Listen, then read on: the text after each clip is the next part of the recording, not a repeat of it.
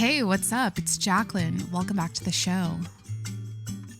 I want to give you a little Riviera vibe today. If you're not in Europe on a Riviera somewhere, if you're not in the Hamptons, if you're not anywhere where there's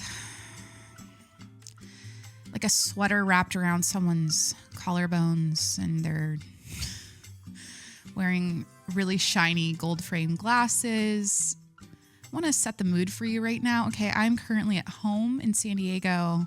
There's nothing I relate to less than the summer Hamptons lifestyle, the summer European tour. I could not relate to it less, but it seems like that's where everyone, all the influencers, all the people are spending their summer right now. And for those of us stuck in America, we're dealing with Amazon Prime links. It's currently Prime Week over on the Amazon app. And, so it's Prime Week. We're in the thick of summer. I just celebrated my birthday on Monday, and we're going to talk about it. So I have a great episode for you today. I'm drinking a green juice. I'm drinking a black coffee. I'm drinking a lemon water. Okay. I'm creating my own oasis here on the set. I just want to, you know what? Last week I was sick, so we skipped a week. But the week before that, I mentioned how I was, I could have been on an all expenses paid for Cabo trip, but instead the parents of the couple that invited us went in our place. So I recap that. So go back and listen to episode 404. I talked about how I could have had a little vacation situation, a little summer vacay. A spontaneous thing happened, but it didn't. So what have we been doing? We cleared out our backyard. We celebrated the 4th of July. We cleared out our backyard. We've been very booked and busy. I'm going to talk about that. So this is going to be a fun episode. I'm going to do a lot of life updates. I haven't seen you in over a week. So lots of life updates. And something kind of opposite of my typical content here. Positivity. We're going to bring, okay. Am I okay? I'm not okay. I was going to leave in. I had a lot of sighs, a lot of yawns, a lot of ums in my first podcast take of today's episode. And I was going to leave that in and give you a nice little behind the scenes of like what it's like when I'm trying to get in the mood to do this. Let's just say it was a rough one. It's interesting. I've been podcasting now for almost 5 years, and I still, struggle to get it. There's like a little bit of a hump you have to get over right before you start, and it used to be, I think when I was doing it 7 days a week, I would just talk immediately and just go, and I wouldn't second guess. And for some reason, and also typical me, if I've missed a week, it's going to be a little rocky getting back into it, which I don't know. I'm aging, I'm not a spring chicken anymore. I just turned 31. Saying my age out loud. I am 31 years old. I am proud to be 31. So yeah, the mind isn't as sharp as it once was. I poisoned myself with alcohol all last weekend. And so that's probably still having its effects on my brain right now. And that's why we're switching over to green juice.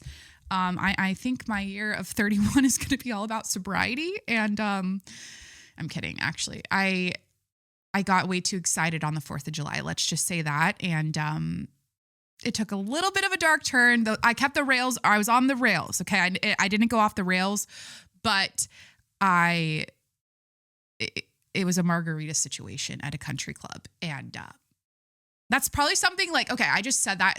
I'm like, oh, like I can't relate to anything less, or I couldn't relate to anything less or whatever than people,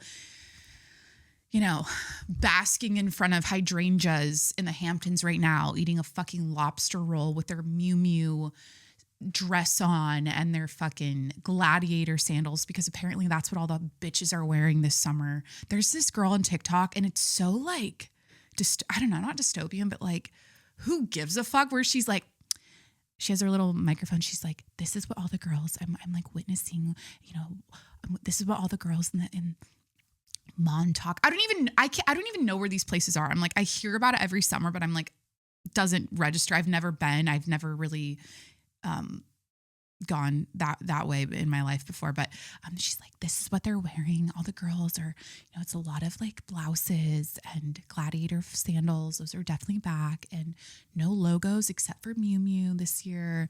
And I'm like, oh my fucking God. It's like, okay. Anyways, so, but I just said country club, drinking a margarita. Like, I do have a little bit of bouginess about me in my lifestyle. I will, I am self-aware. I understand the types of things I get up to that are, I'm a classy bitch. I come from a classy, we're whatever. It's all about who you know in this life. Let's just say that. You don't have to have a country club membership to go to a country club. It's not like I've got memberships everywhere. It's not like Corey and I are just, dropping that kind of cash on these establishments. But when you have a nice social circle, and I kind of mentioned this last week, you get roped in and it's great. It's like a great life. So, 4th of July was fun. It was a little wild, but it trickled in. Like the activities have not stopped. They stopped. It's Thursday. They didn't stop until last night. So literally Friday through Wednesday, it was, and me and my capacity and my bucket as far as socializing goes. Like and then now this weekend, oh my God, I'm getting on a plane tomorrow. I'm going to Washington for my sister's bridal shower. So I'm excited to do that. But like, this is like my only day that's normal. Pretty much all summer. Like I've been go. Honestly,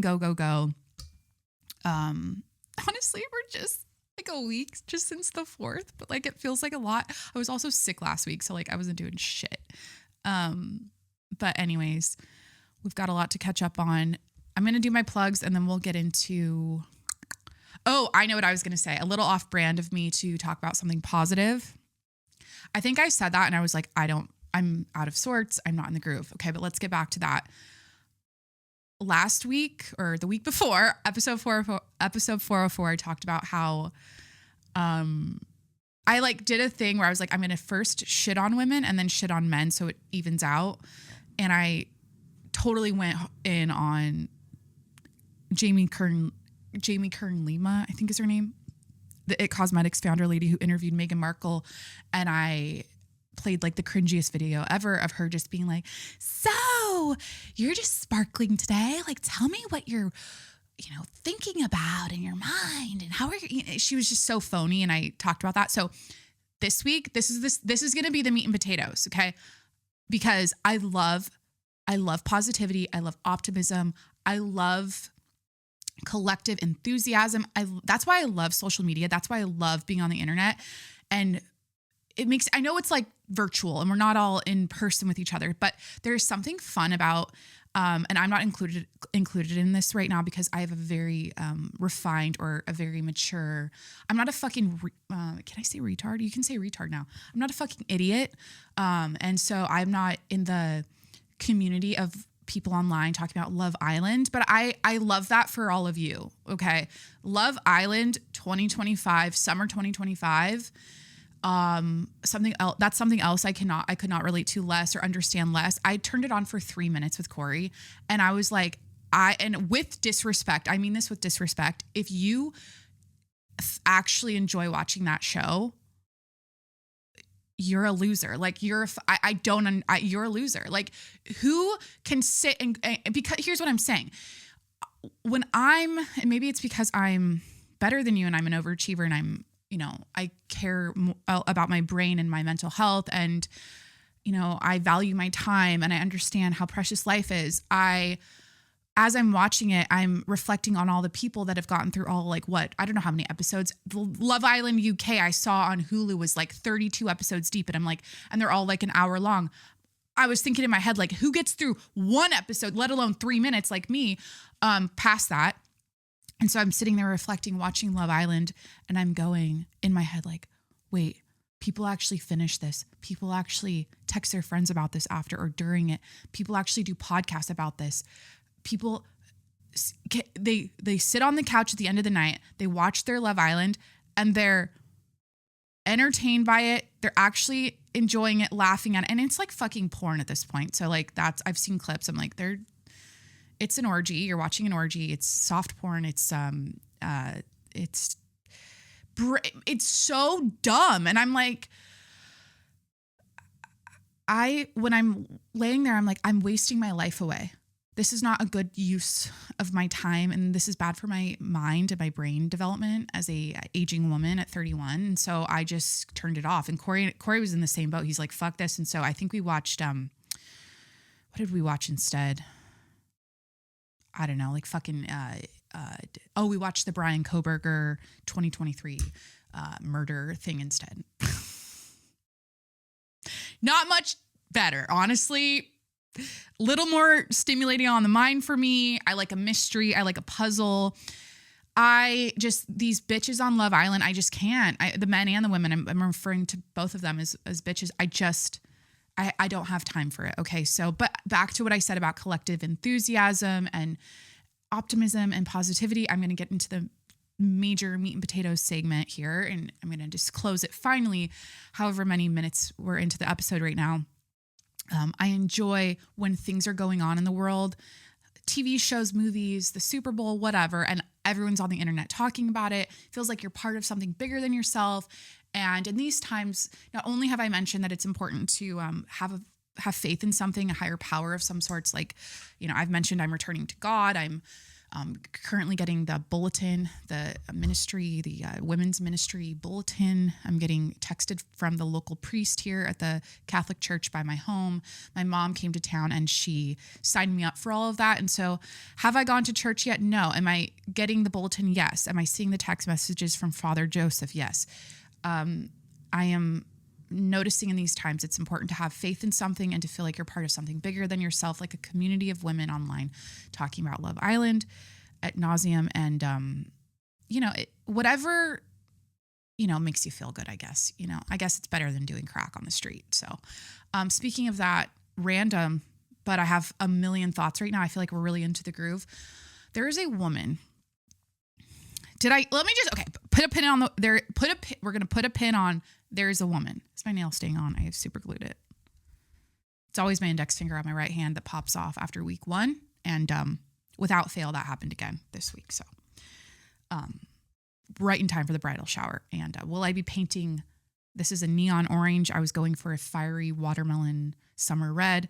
It turned out to look neon orange. And the woman doing my nails while she was doing them, I couldn't stop her at this point in the session, the nail session, because I think I witnessed her having a seizure, or she didn't have a seizure. She zoned out for a second. And the woman doing my pedicure looked at her and was like grabbing her shoulder. And then she came to, and I was like, are you okay? So like at that point, of course I wasn't going to go, actually, this color sucks. Please do the watermelon red I asked for. Like, let's find a better color. So just in time for the bridal shower, nail popped off, Gorilla glued it back on. Also, will I be painting them a nice pastel pink to go with my bridal shower dress on top of this super glue and grown out manicure, because I don't have time because of all the shit I've been up to in the last fucking week. The nonstop club, another bus, club, party, in-laws, friends, family, babies, pool parties, kids' birthday party, my birthday party, 4th of July, fireworks, margaritas, country club, golf for the last fucking 4 days. Is that what? Yes. So all I have is today and tomorrow to do my podcast and get this out for you, because I know you've missed me, and amen. Okay. So positivity, the meat and potatoes of this podcast today.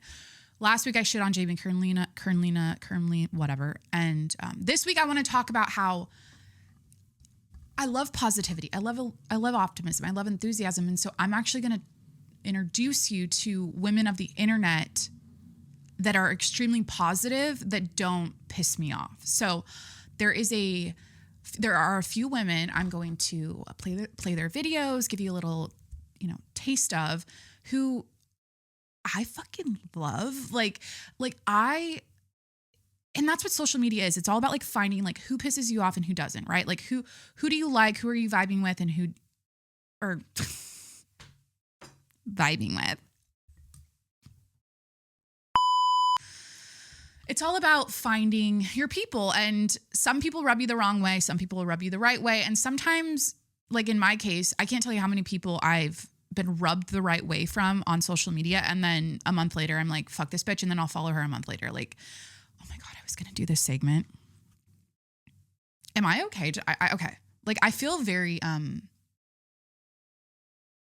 it's crazy. My brain can do this, you know, like we haven't done the plugs yet, but like if this content is serving, it's if it's, what did Alex Hormozzi, the hustle culture, Lord and savior of the internet, toxic hustle culture man, say about never do plugs in your content. It should just speak for itself. And if it's doing its job right, people will just automatically subscribe to my podcast wherever you're listening right now. I'm on Apple, Spotify, Google. You know, they'll just automatically do that. They'll go to your YouTube channel and realize that, oh, she has a YouTube channel. I like her content. I'm going to support her. So it should just automatically happen if the listeners are, you know, if they're enjoying the content. So, you know, will I just leave it at that as far as the plugs go? No, I won't, because I'm a professional. Please hit that subscribe button wherever you're listening right now. No, I'm kidding. I do have a Patreon. If you want to support my Patreon and my show, it's $5 a month. Patreon.com/TJMS. Patreon.com/TJMS. It's not clocking to you that I'm standing on business, is it? I am a businesswoman. Okay, gotta ask for cash. Okay. What am I saying? As I'm saying, asking for cash, I'm thinking of the homeless woman I need to tell you guys about, who just cut her hair. And I also saw her take a shit a couple weeks ago on the side of the sidewalk, and it broke my heart. So I'm going to introduce you to the positive women. That's the main segment. Okay. I'm going to talk about, these are women of the internet that are super positive that I want to be more like. Okay. So that's going to be fun because, it's such a breath of fresh air. Okay. Like for me, as someone who's like bitchy, complaining, ranty, moany all the time on my podcast, it's a breath of fresh air when I see women who are genuinely positive and like bubbly, but they're not annoying about it. So I found my people. Like I found those girls online, and I'm going to share them with you. Okay. Also, life updates. What have I been up to? Right. Okay. There's that. And then, a little bit of news. Texas is underwater. Okay. Am I frying my brain on Reddit snark sometimes, or have I this week? Yeah. Do you want me to tell you something personal right now that basically what I was going to say is that this isn't the personal thing, but a lot of influencers are being shit on right now for not mentioning the tragic, awful Texas floods. I think the death count is at 119 or 20 people now. Horrible. They're being attacked for not mentioning it. So at some point in the podcast, we're going to, you know, I want to talk about it. And like, there's some story. I mean, what's there to talk about? It's sad. Like, what do you do as an influencer? You say, you know, here's like, there's so much pressure on like making a statement on every tragic event that happens in the world when you're an influencer, podcast host, whatever. And it's like, okay, it happened. It's so sad. There's little girls, you know, we've seen the cabins, we've seen the mud and the stuffed animals and the bunk beds, and we've seen the parents and the crying and the interviews. And it's like, why are they interviewing the girls at camp a day after? They're still processing this. Like, how I hate that about the media. But anyways, like, of course I have a heart. I'm not a piece of shit. I always say that, like, but do I need to make my podcast about that right now? No, we need to talk about this homeless woman under the bridge that I have a heart for instead. Okay. I have a heart for the people of Texas. It's awful. Like, and it's so, you can never, like, they could not have predicted that. And the timing was like the worst timing. It's like what, 4 a.m, and the river surges like however many feet in fucking 10 minutes. And it's whisking properties away and summer camps and killing people. Like, it's awful. Okay. But we're going to talk about the homeless lady. Okay. A little bit of news, little life updates, positive women. I want to set the scene. I did my plugs. Set the scene. We'll set the scene and then we'll do the plugs. Or no. Oh my God. I'm okay. We're going to set the scene and then I'm going to talk about the homeless woman and then I'm going to go into life updates. Stay on track. Okay. The personal thing. This is what I was telling my psychologist. I said, this isn't the personal thing. Like, I was telling him, I'm like, when I feel like Brad Pitt in F1. I just saw F1 last night when he's like, when I'm in the car and I'm, doing my thing, everything goes quiet and I feel like I'm flying. I'm experiencing that currently as I'm recording. And that is something that I picked up on very early when I started podcasting back in 2020. Like, I realized that the second I press record, and sometimes it flows really well, like where I feel like I'm flying like today. Sometimes it doesn't. But like when that happens, I'm like, I live for this shit. So I was telling my psychologist guy when I was getting my ADHD psych exam that took me like 8 hours, and I did the puzzles and the word games and the eyesight thing and the hearing and it's like, hey bitch, you got anxiety, depression, PTSD, trauma, you're fucking maybe a mood disorder, but that's basically, that just means you have underlying depression, anxiety, but it's not like manic. It's not like borderline. It's not like, like another one? Bipolar. It's not, but it's like, I don't know why he's like generalized mood disorder, but then in parentheses, it was like depression, anxiety, life stress, something with that, or like, or no, trauma, PTSD, work on that. And then you'll be okay, which is like, duh, like go to therapy. I'm doing a lot of, you know what? I need to write down. Do I want to write this down? No, I won't mention it about therapy. And then it was ADHD that I was diagnosed with. So, but I was telling him, I'm like, when I podcast, I don't like, this is the thing about me that I feel so different about. The way my brain can just lock in and flow and create this wild, like to me, it's wild. You're listening right now and to you, it's cohesive. You're like, okay, she did the intro and she said what she was going to talk about. And she made a little thing about, or she said a little thing about the Hamptons and Europe and Prime Week and da-da. But like, to me, as I'm doing it, I'm like, this feels wild. Like my mind feels like a wild place to be right now. And it's like so fun. And it's like, but it doesn't mean I'm schizophrenic. I thought maybe, maybe there's a tinge of something down there or up there in the mind, but nope, I'm fine. This is something that, it's my magic. So here we are back to the personal thing. Okay. A lot of times when I edit and I take sips out of a straw, I'll do it right now. I like lizard tongue the straw. And something I'm insecure about because of my orthodontist from like fucking 6th grade or whatever is he goes, just by the way you're talking, I can tell you have a tongue thrust. And I used to swallow wrong.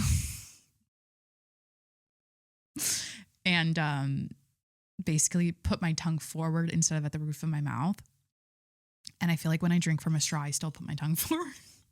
So when I'm really thinking about it, I just go like,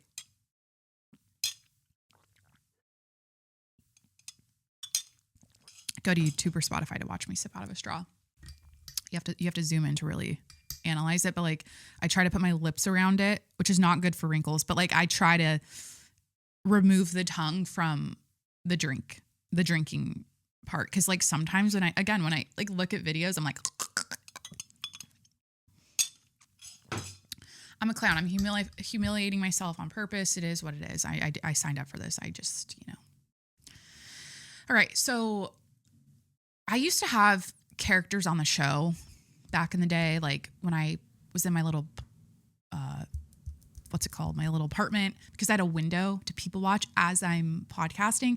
I don't have that anymore in this current studio. So I'm going to introduce you to someone that Corey and I see every single day on the way to the gym. Okay. This is going to be a new character on the show. I don't know what to call her. I'm like, why? I just want to like pull over and like talk to her. Some homeless people, I think it's because I see her every single day. I just want to know. I just want to like get to know their, what's just basic stuff. Like, what's your name? You know? She definitely has her mind is, I think, gone, or she screams a lot. So she basically, this is a situation.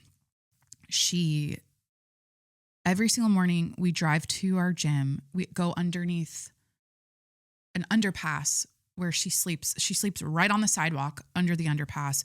She could go up a little higher maybe and go in somewhere more protected, but she just sleeps right on the sidewalk. And something about her that's really specific, or like you can tell it's her. She has this massive, like a beehive dreadlock thing hanging off of her head. And it looks really heavy, and it's just like always like hanging out. And so there's that. And I mean, one time we were in Home Depot. I mean, she's like a local where we live. Like she's always like pushing her. She finally got a cart. So it's interesting. When we first saw her, she's always under the bridge every single morning. She wakes up at 7 a.m. because if we're kind of running late, she'll be waking up and she sits up and just screams. Like she just, like I've seen it a million times. So that's how she wakes up, 7 a.m., you know, and then she has the dreadlocks. I mentioned that. Oh, but like one time I saw her in Home Depot, and I got to like see her really close, and it's so sad. Like you're that close to a person who's just like, it's sad. It's like, what the fuck? Like she just needs like a good haircut and some new clothes. Like I want to like, I get this from my mom. My mom is so like with homeless people, especially, she just like always wants to like help. I mean, if my mom could, she'd take them all in and like house them and like give them, I don't know, like all new clothes and clean them up. I don't even know. Sometimes with homeless people though, it's like, they don't even want that, or like whatever. But anyways, I don't know how to talk about this without being a little funny. Like I literally saw her take a shit. She wakes up. I've seen her pee before, but like she woke up a couple weeks ago, and I'm like, I can't believe I'm seeing this right now. Just gets up off the sidewalk where she sleeps, pulls her pants down and shits on the edge of the sidewalk where there's just like, and this is a high traffic street. She just takes a shit. Did I look? Yeah, I mean, I was like in shock. I was like, am I seeing this? Yep. And then, you know, carries on. But so I saw that but she got a haircut. I'm happy she got a haircut. I noticed, you know, a lot of times I drive by her when she does a routine. She wakes up at 7. Now when we first saw her, she carried like 7 plastic grocery bags. This is not even the episode. I always get into the weeds of stories that are not, whatever. We'll get to everything. She carried like grocery bags, like 7 individual grocery bags. And every morning she would fold up her bedding, put the stuff in the grocery bags a certain way. I could tell those were like her bags, you know? And I had a giant IKEA bag in the back of my car, and I'm like, I just want to like give this to her. But like, I feel like she wouldn't want it because like she has a routine with these bags. And every day she would have like 7 grocery bags around her arms walking down the street. And then she goes to wakes up at 7, wraps up her bedding, goes to this corner, intersection, and she screams for spare change all day. And it's really sad. And I've seen so many times she has handfuls of coins and she'll just chuck them at car windshields. Like every time I see her, I'm like, gotta turn down the other street. Cause I don't sometimes it's like sketchy because she does it a lot. So anyway, she got a haircut. She finally got a cart. I think she stole it from Home Depot, but whatever, you know, she's fine. Yeah. So I think she picked up a teddy bear or something. So anyways, that's our new character on the show. Sometimes I pull up next to her and I'm like, not like, it's like, why haven't I given her money yet or like asked for her name? I don't know. I just want to know her. Certain homeless people, like I said, I'm like, I want to know you. It's so hot in here. Guys, we're in the thick of summer. I am in a hoodie. Should turn on the AC. The AC is on, but it's I think it's at 74. Just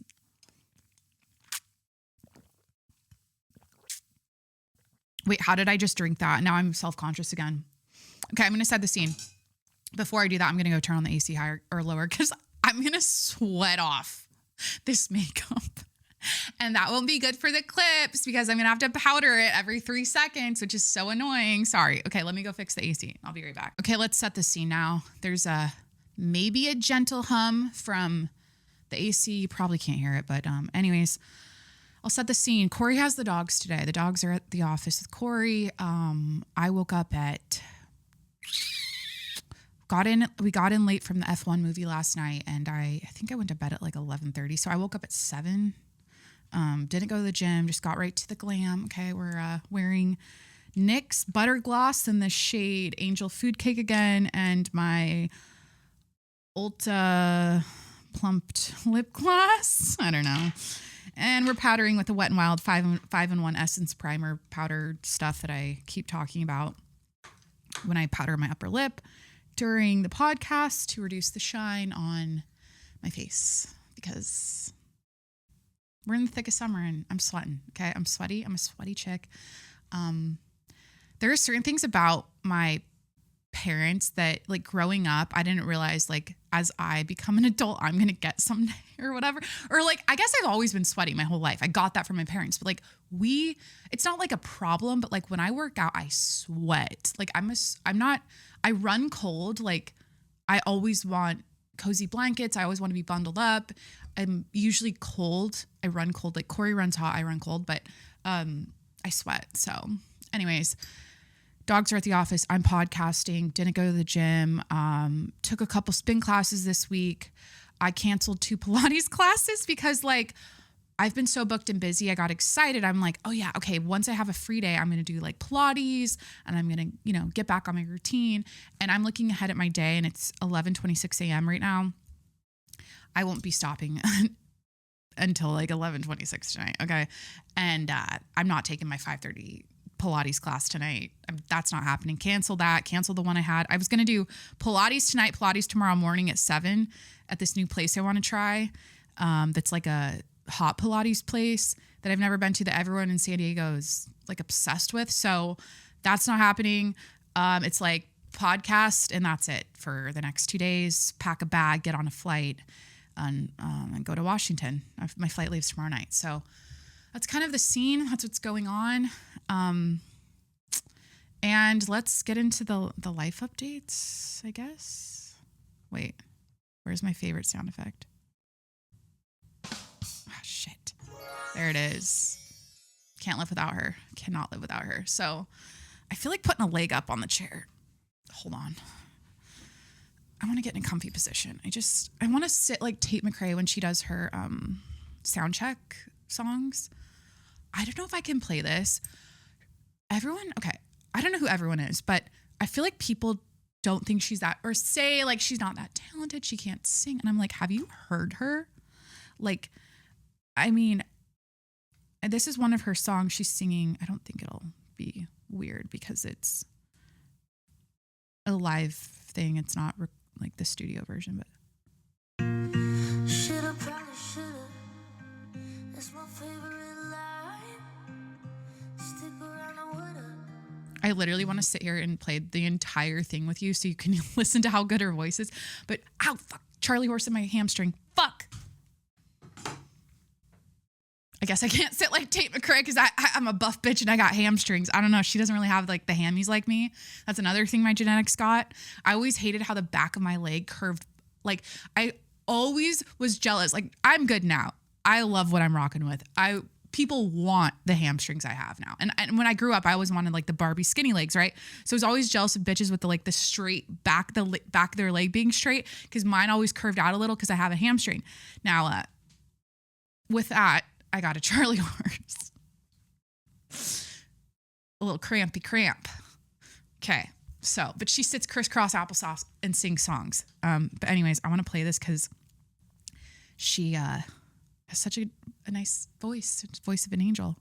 It just isn't what I'm like. I got no better way to put it. I know you're putting in the time. And every time I'm like, no, I don't mean it right. It's nothing that you did or didn't do.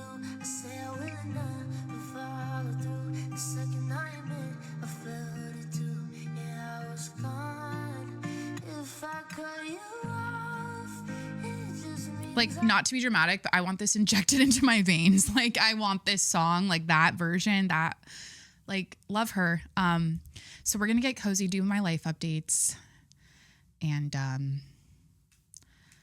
I was going to mention this during the part where I tell you about, or when I talk about the America's Sweethearts documentary, the Dallas Cowboys cheerleaders documentary that I watch. It's part of the life updates, but like, I would love to see Tate McRae try out for that. Like, and should I just do this now? Okay. Part of my life updates is that Corey and I got sick last week. Okay. We all know that, but Corey and I watched the America's Sweethearts, the new Dallas Cowboy cheerleaders, DCC documentary or series on Netflix. And as I'm watching it, like, first of all, I was like, I want to see Tate McRae try out for this. That would, in another like realm universe, like that would be, I would want that. I would want to see that because number one, the reason why I'm saying that is not only is she an amazing dancer, she could probably like hold her own, okay, and do really well, but her aura, they all need Tate McRae's aura. Every girl I mean, it's tough. They're scrutinized for everything. Like the littlest detail, these cheerleaders are like, they never know what's gonna get them, you know, removed from the squad or let go. So they're really conscientious and hyper aware of every little detail about themselves. And so that makes them really fragile. And like the entire show, every girl is like on the verge of crying. Like you're watching this show and I'm like, they're so talented. And I just want to like shake them and tell them like, you're here for a reason. You girls, like you're America's sweethearts. Like you've been here before. A lot of them are returning. What are they called? The veterans? Is that what they're called? They're a vet. They're there for a reason. They need to remember who the fuck they are. They need to channel an aura and energy like Tate McRae when she gets on stage. Like, and I know they like do that when they're doing their Thunderstruck and they do their thing when they're dancing on the field and stuff. But like during tryouts, during the camp, what's it called? DCC camp? I don't know. America's Sweetheart Camp tryouts. They're so fragile. They're so in their head. They're so like on the verge of crying. And I'm like, I feel bad. I feel so bad for like, and then the girl with the mom who was a coach, what was her name? Was it Dana? Just, you know, like I just felt bad. They just made me sad for them because I'm like, come on, like channel Beyonce, like be a bad bitch. Like I wish it was a group of women instead of everyone being so like, okay, this is the kind of content I want to see from the next, or like the type of vibe. I'm going to use the word vibe. I want to see from the next rendition of America's Sweethearts. Okay. It's currently so lovey-dovey. These are all my best girlfriends. I'm making lifelong girlfriends. We're a family. We love each other. We support each other. We help each other. No, like I want to see, okay. And this is why I think they would each have a better chance of making it. I know it's all about how you carry yourself, being kind, being positive. You're a cheerleader. You have to smile. You have to be like, you know, bubbly and like clap your hands and wave your pom-poms and like get the crowd going. I get that. But like during tryouts, I want these bitches to be like when Tate McRae locks in, when she does that, like, what's that song when she does the sway back and forth and she does her little like, when Tate McRae, God, I'm getting fired up. When I want them to lock in during tryouts, the way Tate McRae locks in during her dance breaks and turns into Tatiana, like that's the kind of vibe I want to see from these cheerleaders when they try out. I want them to be cunts to each other. I want them to be like you can't do that when you're on a team. Okay, I get it. But like, I want them to be more like, I'm a bad bitch. I'm that bitch. I'm that girl. I'm here for a reason. I'm one of the best dancers in this country. You know, like I want them to be a little more like that. That would make for really, like, I want drama. I don't want the drama to be they're crying because they ate a French fry and Kelly's gonna like notice that when they're doing their high kick. Like, I need more like bitchy drama from the next America's Sweetheart series. Like, I hope it gets to that point because I think what I'm noticing is that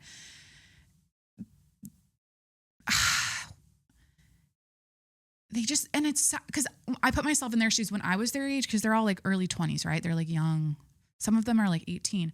You're so like vulnerable, and you still, some girls at that age are super secure and confident, and they have that. Like Tate, I mean, what is she, 21? She acts like she's a grown ass fucking woman who's like confident and like, you know, she just carries herself that way. But like, I remember when I was the age of these dancers, I was like super insecure, and commentary from like a Kelly would, like a Coach Kelly would like wilt me and make me like like scared and like worried about, am I going to make it?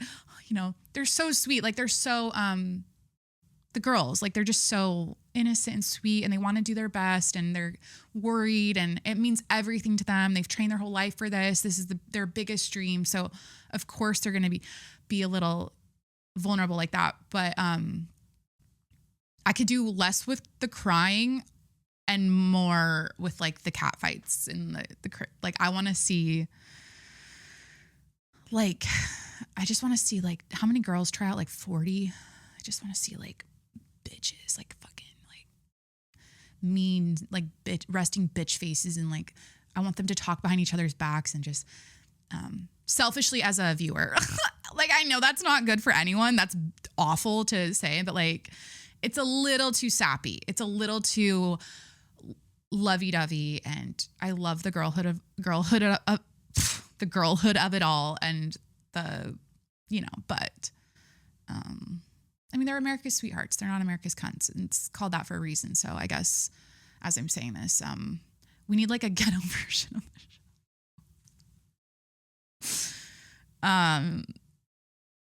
Like, yeah, it needs to, what's like are there other dance competition shows that are like that? I'm sure there are. Okay, so we watched America's Sweethearts Life Update. I got sick last week. I got, what was my sickness? God, and I wouldn't shut the fuck up about it on my Instagram story. I was like coming on every day, like, I'm still sick. Here's my makeup routine. Here's my skincare routine. Like, you guys probably remember that from last week. But what did I have? It was like, ow, my fucking Charlie horse is kind of like coming back.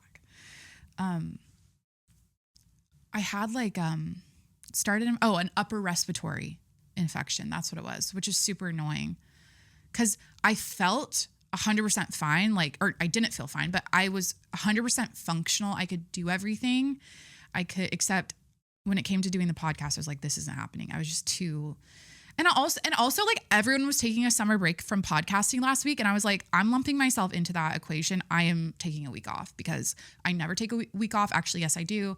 I've been highly inconsistent over the years, and there are certain seasons of time where it's like one episode a month. Where, what the fuck, you know, like that's happened here and there. It's always when I like fall in love and meet someone. Like that's like, I'm like, fuck the podcast. You know, I'm busy. I'm with a man. It's the priority right now. How fucking great is that?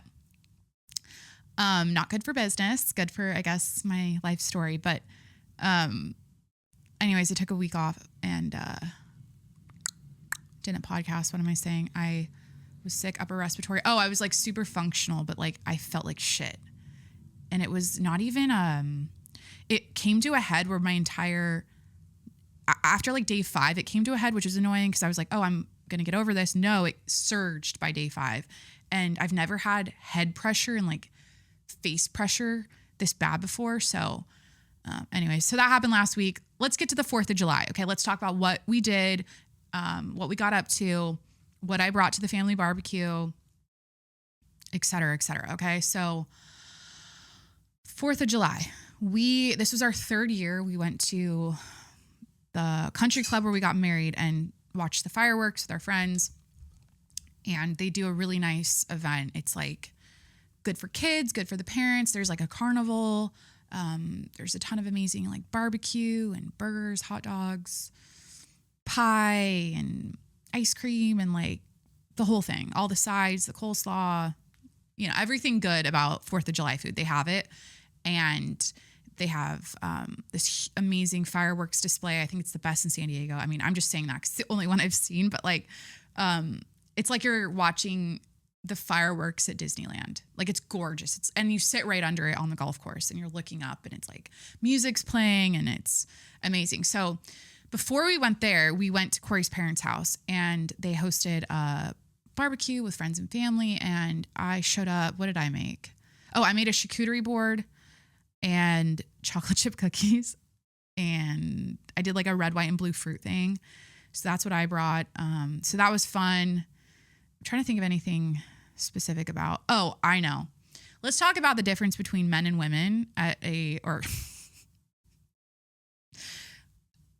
party, like when people are setting up and it's chaotic and stressful and it's down to the wire and it's crunch time. And, you know, this is how, okay, I watched this in almost slow motion because as I'm watching it, I'm like, men would never, like, this is not how men would have reacted to this. And this is why men make stressful situations worse at like during like events and party planning where it's like, you've got 15 minutes until the guests arrive. No, shit just hit the fan and we need to make it better. Okay. And I'm not saying all men. Okay. Whatever. But okay. I'm not going to say who, but there's a situation at Corey's parents' house where guests were about to arrive and everything was fucked in the kitchen. Like it was just fucked. Okay. And an individual, not saying who, was freaking the fuck out, like throwing shit on the floor, like boxes, and like trying to like figure out what's going on. Like I need to open everything and see what the food is so we know where to put it. And you know, did someone forget this at Phil's barbecue because they catered, and oh my God, did they even remember to do it? So it was just like really stressful and crazy. And we've all been there. Okay. Like we've all been in that moment of, oh fuck, and stress. So what I witnessed in slow motion, and this is why I love women, and this is like why women are better than men in general, just like, this is a perfect example. There's like 5 women in the kitchen observing the woman freaking out, and they just started getting to work. They just started help. They didn't talk to her. They didn't ask questions. They didn't ask for a list. They didn't freak out back on her. They just started like cutting corn in half. We were cutting. I got in there with a knife and I started helping out with the corn on the cob. Someone else was like doing something else with the catering and fixing that. They basically read the room. They're like, okay, this is all fucked. She's freaking out. We're going to make it better. And we're not going to like get in her way. Okay. We're just going to like come in and just go and like just do and fix it. Where men, I swear to God, like men, I've witnessed this too. Like they just go, well, what do you want me to do? And well, we're trying our best, and just, well, tell us what you want us to do then to make it better. And it's like, that is the worst thing to do to a woman who's like trying to make a nice party. Like, you know, so that was a moment where I'm like, fucking power to the puss right there. Okay. At a barbecue, put on a function. Like everyone just like, it's the best way to be helpful in those situations is to just shut the fuck up, put your head down and get to work. Just like notice what needs to be done, hear what needs to be done from the person freaking out, and just act accordingly and do it. Okay. And it was lovely. We fixed it and she apologized. It was like, she knew it was like crazy. And the food was great and it all worked out. And, but I just remember thinking about that in the moment. I was like, yeah, men sometimes in those situations just make it fucking worse. Yeah. So, all right. We went to the barbecue. We saw the fireworks. Sunday, I need to like keep this moving because we have a lot to cover. We have a lot to cover. So barbecue, fireworks, it was great. Oh, I told you I drank a margarita and got a little too lit. I get excited. That's the thing. Whenever it's like a function and it's like 4th of July or like a boat or fucking whatever, I just get like giddy about it. And then I'm like drinking and I'm like, wait, I drank too much. You know, I'm like, oh shit. That's why something that I'm like, I don't even enjoy hard alcohol. I don't even enjoy mixed drinks. I like a margarita. Okay. Don't get me wrong. I like a margarita, but if that's all I'm drinking for the day, it's just too much. I'm a beer bitch. Okay. I'm a Coors Light after a margarita or two. It's like switch to Coors Light, switch to light beer, or just only drink beer. Like whenever I just drink beer, I'm completely fine. But when I see these people of like, and I've talked about this a lot, because you know, I come from a lineage of alcoholics. Okay. That's in the blood. So I'm hyper aware of myself.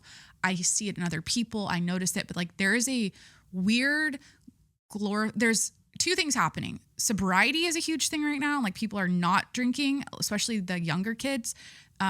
which is fucking annoying because it's like, I'm under the impression, I know kids are still like partying in college, but I don't think they're doing it even close to the level. I'm probably getting this wrong. That like when I was in college which was like what, 10 years ago now? That's so crazy. Like they're like the Gen Zers, the younger kids are just fucking boring. They don't know how to have fun. They don't know how to have a good time. They don't know how to have a cocktail and like, let loose. Like they don't know how to do a keg stand. Like they're not even I'm getting that impression, like sobriety, not drinking, and which is amazing. Like what a wonderful thing for the upcoming generation to not have issues with that. But the other side of that, so there's a lot of sobriety happening, a lot of mocktails on menus, mocktail bars, like is influencers like your not upper class, what am I saying? Yeah, like you're the influencers out there just pounding alcohol like and partying around the clock. And it's like every time you see their content, they're like pouring a fifth of vodka in a fucking martini glass. And you're just like, holy shit. And they're always they're always drunk in their content. And it's so like, it's being like glamorized a little bit right now, which isn't, and it's kind of like, this is what I'm saying. It's not like they're 20. Okay. I'm talking about like you're almost 30 or you're in your 30s doing it still. And that's a little bit, I don't know. I just don't love to see it. No judgment, but judgment. Like it's just a little bit, it's like glorified, I guess. Why did I say this? Because, so I can't, so like with the hard alcohol, I was saying like, I'm seeing a lot of that on social media right now, a lot of like boozing and just partying and like which, whatever. But, I just don't understand that. I don't understand a martini. I don't understand putting an olive in a martini and pounding martinis all night. Like, how do you not feel like fucking shit the next day? Like, I can barely do, like, I like tequila and that's about it. I'll have a margarita, but like, see, now I'm in my head, like, this is me. Let's be insecure together right now, live on the show. I'll take you into my brain. I've been noticing, and I keep mentioning alcohol and I keep reflecting on it and talking about it on my show recently. It's always brought up. So it's like, oh, Jacqueline has a problem. And it's like, yeah, well, if you saw me on Friday, like I probably had 2 margaritas too many. And I was just like, okay, slight shit show. Not at a awful level, but like, I get too excited and I just don't, hard alcohol in me, it's not fun. It's like, I feel like shit. And I'm like, why? Just give me beer. I'll be fine. I'd rather have that anyways. So cool. We went to the barbecue. We saw the fireworks Sunday. Okay. We had friends in town from Miami. We, Corey and I think we went out to breakfast. What did we do Saturday? I think we just had like a chill day actually. Saturday was pretty chill, but we saw our friends they're in town from Miami. We got sushi with them. Then we saw Jurassic Park. I do have some numbers on Jurassic Park here. I looked up. You guys, this is probably like irrelevant to the show. It says that Jurassic World Rebirth opened to 147 million domestic, 322 million worldwide over the July 4th through 6th weekend. F1 debuted at 55 million domestic. What's global? 309 million global. So I saw both of them this week. Jurassic Park was great. What was my issue with Jurassic Park? So we had sushi with our friends, Jurassic Park. And then I told you earlier in the show, we relinked with them, got pizza, and then we drove up to Del Mar to get Anne's Hatmaker ice cream, this like super well-known, amazing gelato shop in San Diego. And so it was just like a really full day, like for me at least. And by that time I was like, I guess I didn't do that much. I don't know, whatever. It's so fun. Like it's fun to like, I think Saturday went to a pool party, like a kid's pool party. We saw our friend's new house. We like hung there. We hung at Corey's parents. We watched, I think we just like were kind of hungover and just chilled and watched TV and like went to the kids thing. But, my issue with Jurassic Park was just, it was like, here's how I want Jurassic Park to be. And it's not. Okay. And this is, as a viewer, I understand. So I'm not, it's not, for me, it's not scary enough, or it's not, basically I want it to have an essence, like a adjacent Bourne action movie. Like, what's another example? I want it to have the essence of, it's an adventure movie. Okay. It's kind of for kids. It's for adults. It's cheesy. Jurassic Park is very cheesy. It's very, it's not supposed to be realistic. It's not supposed to be, I mean, it's realistic looking. I understand they CGI the fuck out of these dinosaurs now. They're like very good at the effects and making it look very real.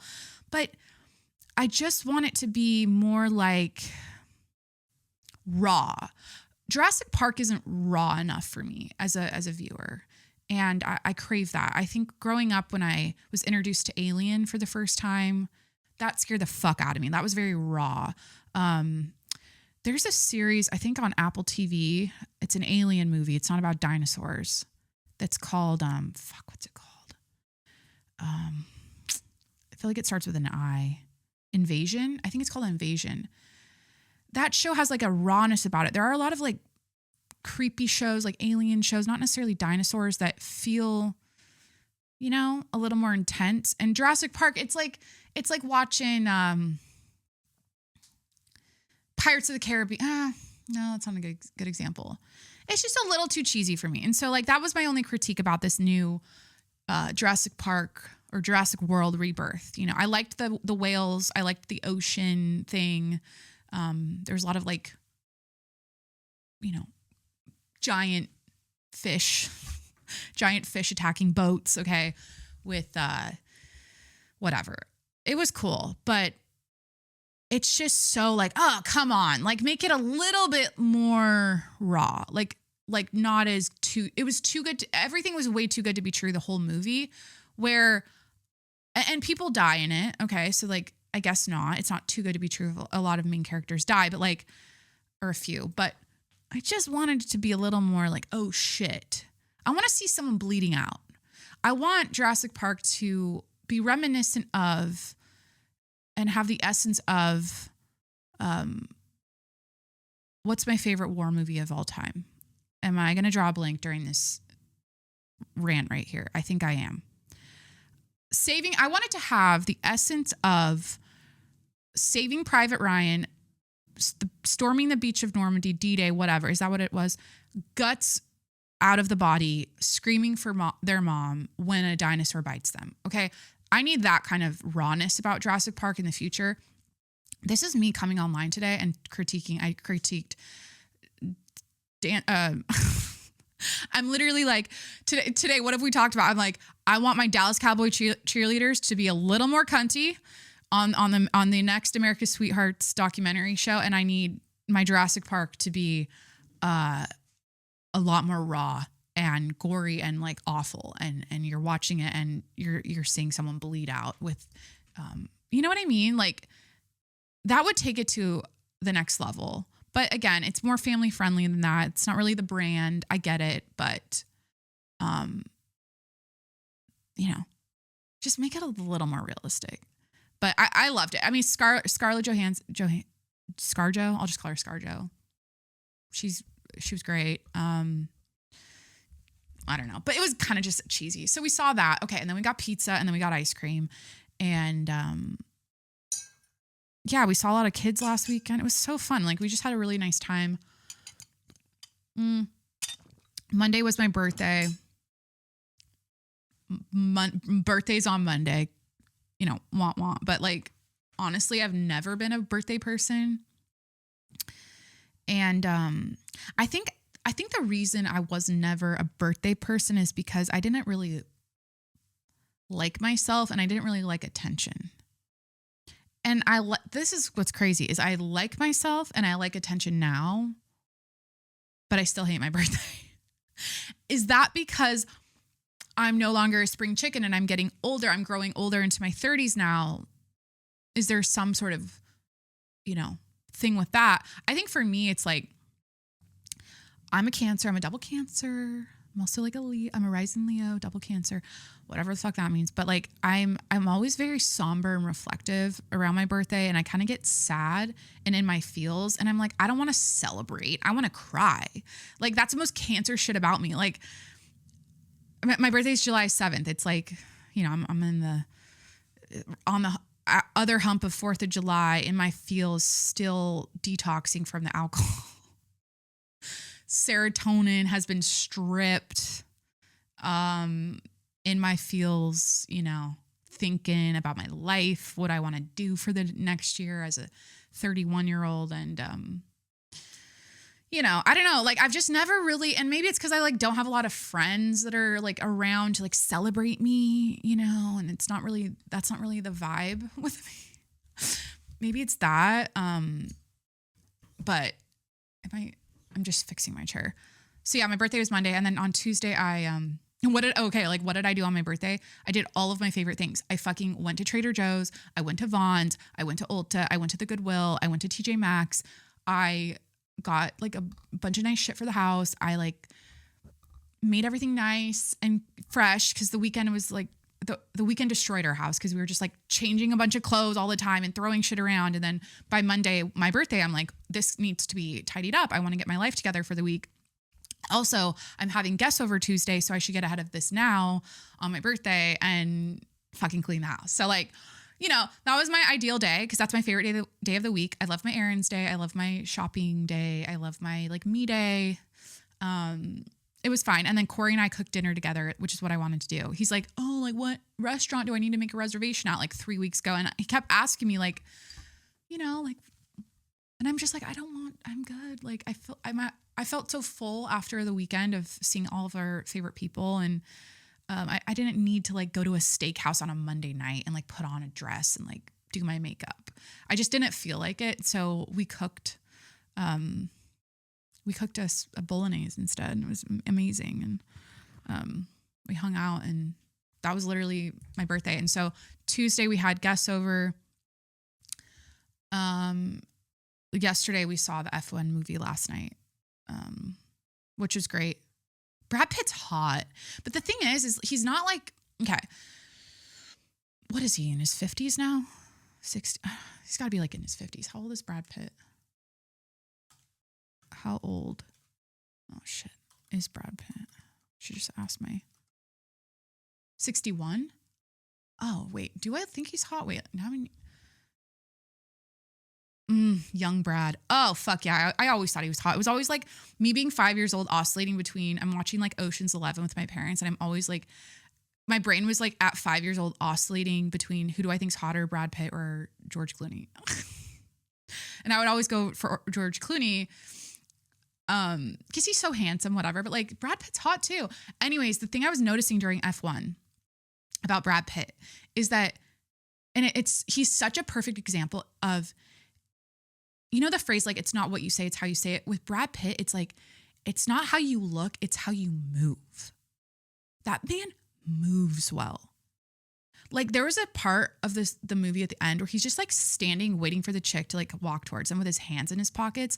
And I'm imagining in my head, I'm like, I need to see Corey with his hands in his pockets with his leg crossed over like that immediately. Like that is my new fantasy. Like I just need to see a man in a white sweater, like a crisp, fluffy white sweater, wearing some, chinos. I don't know what the fucking pants are. Like hands in the pockets, just like observing me with his leg crossed, smoldering. Are you fucking kidding me? I don't think Brad Pitt's like the most handsome, attractive man in the world, but like the way he moves is. The whole movie, I was like, he just moves well. Like there, if you're a girl listening right now or watching, like what it's like to see a man who walks well. Like having a hot walk is so important, or like it's so much. It does so much for a man. Like even if you're not the most attractive man, if you walk well. And I think my tips for men listening right now, if you want to walk well, walk slower. Like everything you do, just do it slower.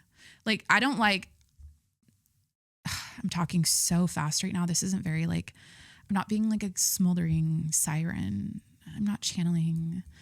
I always see these fucking videos on TikTok about like how to be more alluring and like how to channel your dark siren feminine energy. And it's like, well, what you do is you slow down your words and you talk softer and you like get really like sexy about it. And it's like, here I am on my podcast motor mouthing because that's just how I work. But don't get me wrong, I can do that and I just did. But for men listening, watching, like just walk slower, just do everything slower. And women too, like I've mentioned a chick at my gym, another character on the show who just, I'm like, it looks like she just snorted a line of Coke and is like, looks like, okay, you haven't eaten in a week. And then I sound so fucking judgmental. I'm not going to talk about hasn't eaten in a week. She's fit as fuck. She looks great. She's probably super nice, but she walks way too fast and it makes me uncomfortable.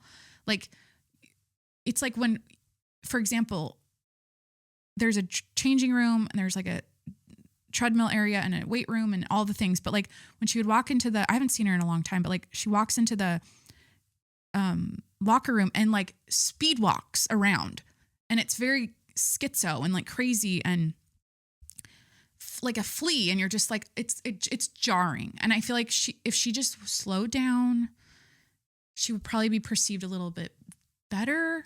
I don't know. She's at the gym. Who gives a fuck? She's getting her workout in. She's like literally working out everywhere she goes. So fine, I'll give it to her. But I'd say in general, like what I got from the F1 movie and like good life advice as far as like being more attractive is to slow the fuck down, smolder, cross your legs, put your hands in your pockets if you're a man and look at your woman and just really take her in. Okay. That is a really attractive way to be and to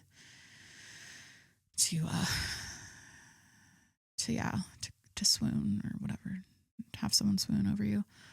I thought of this earlier. I didn't mention it. Things you're doing on social media that make you look like psychotic. Me on this podcast. No.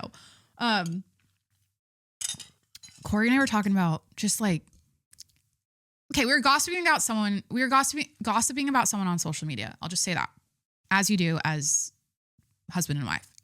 It's like after the function, you debrief and you gossip about the people you just saw. You love them, but there's always like a little hot gossip, a little tea, a little drama. Maybe something happened. You know, you always want to do a little debrief.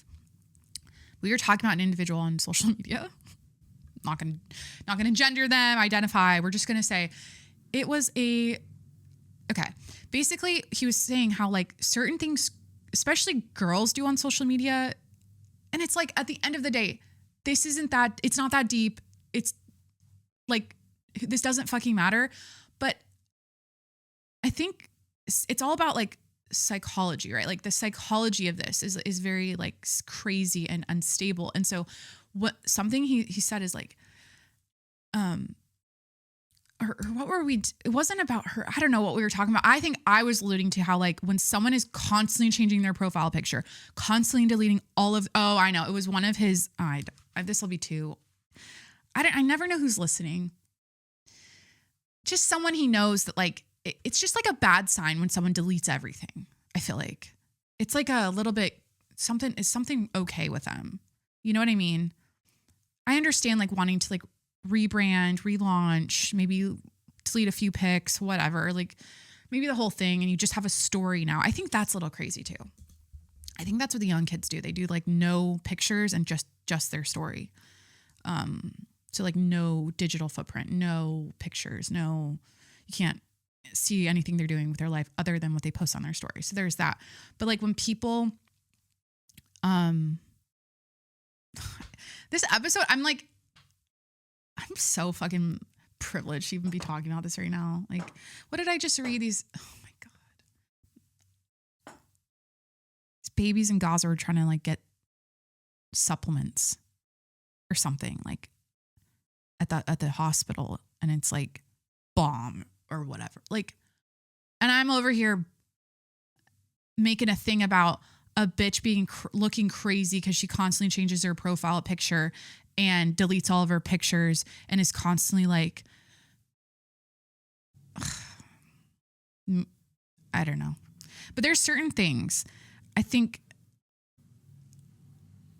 I think something that's like, for me, that's a little okay, I'll just go with it. We'll stay on this topic. I don't want to get sad right now. I mean, we could acknowledge that, okay, the world is very bad right now. And also I have a podcast to make and I have to entertain you. So I think it's a bad sign when someone follows like 5,000 people and they're like a regular person and they're like, maybe they're not really a social media person. I'm like, how like that just makes my brain worried for you. Like, I'm like, how do you ever like, I'm all about the less people I follow, the better my life is. Like the less I'm exposed to random stuff on my timeline, the better. So, okay, cool.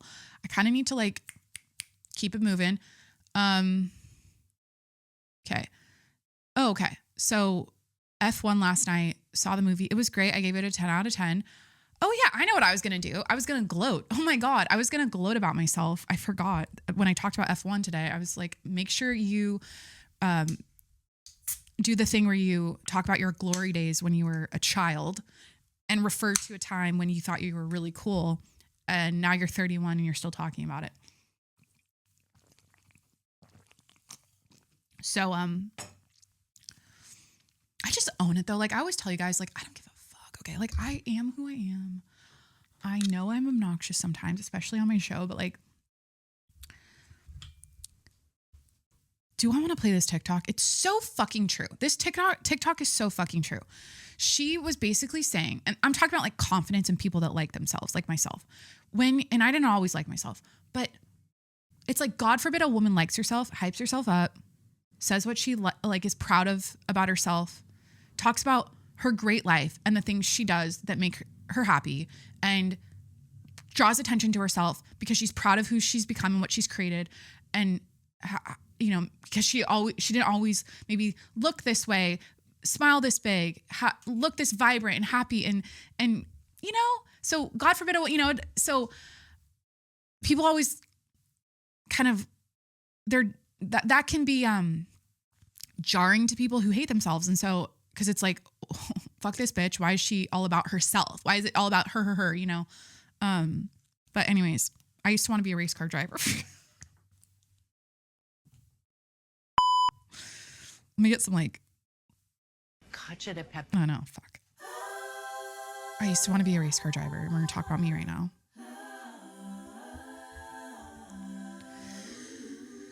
Okay. Take a breath. Do I want to play this TikTok? It's so fucking true though. I have so many TikToks to play, you guys. Oh my God. We're not even on the part about the women I love. Oh yeah.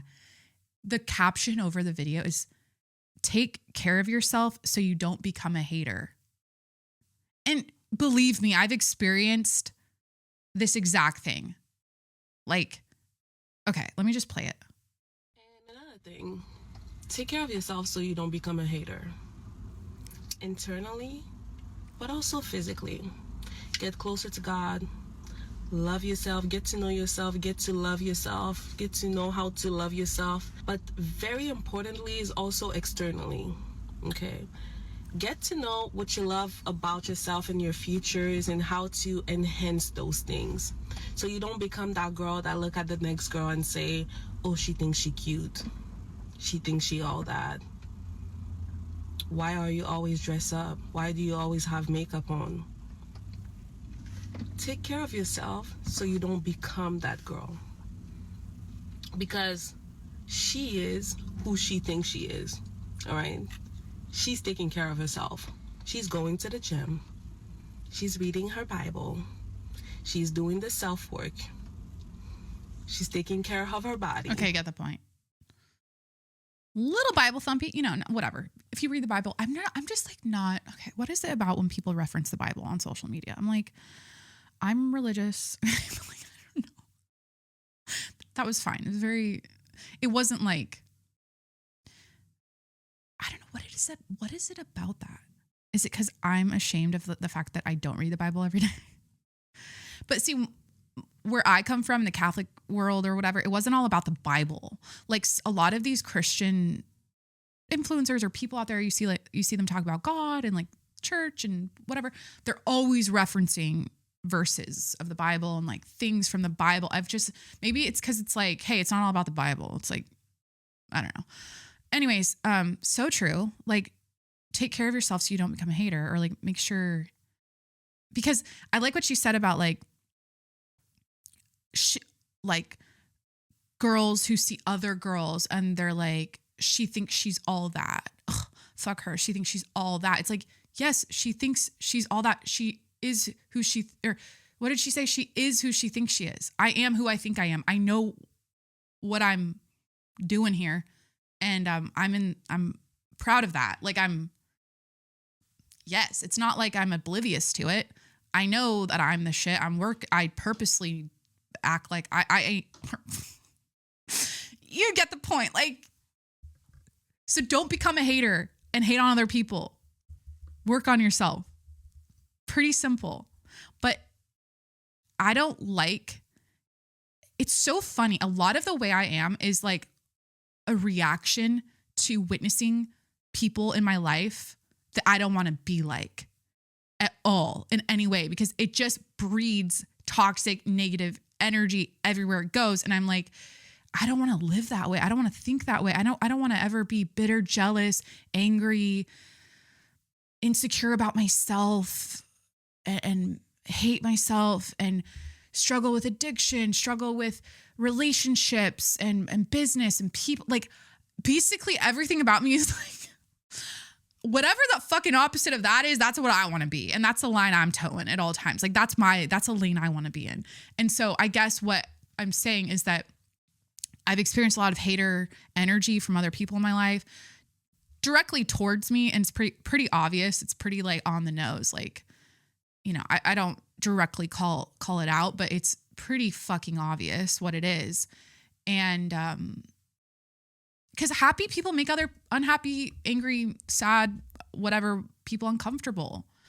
And it sucks. It's like, I wish that would inspire them.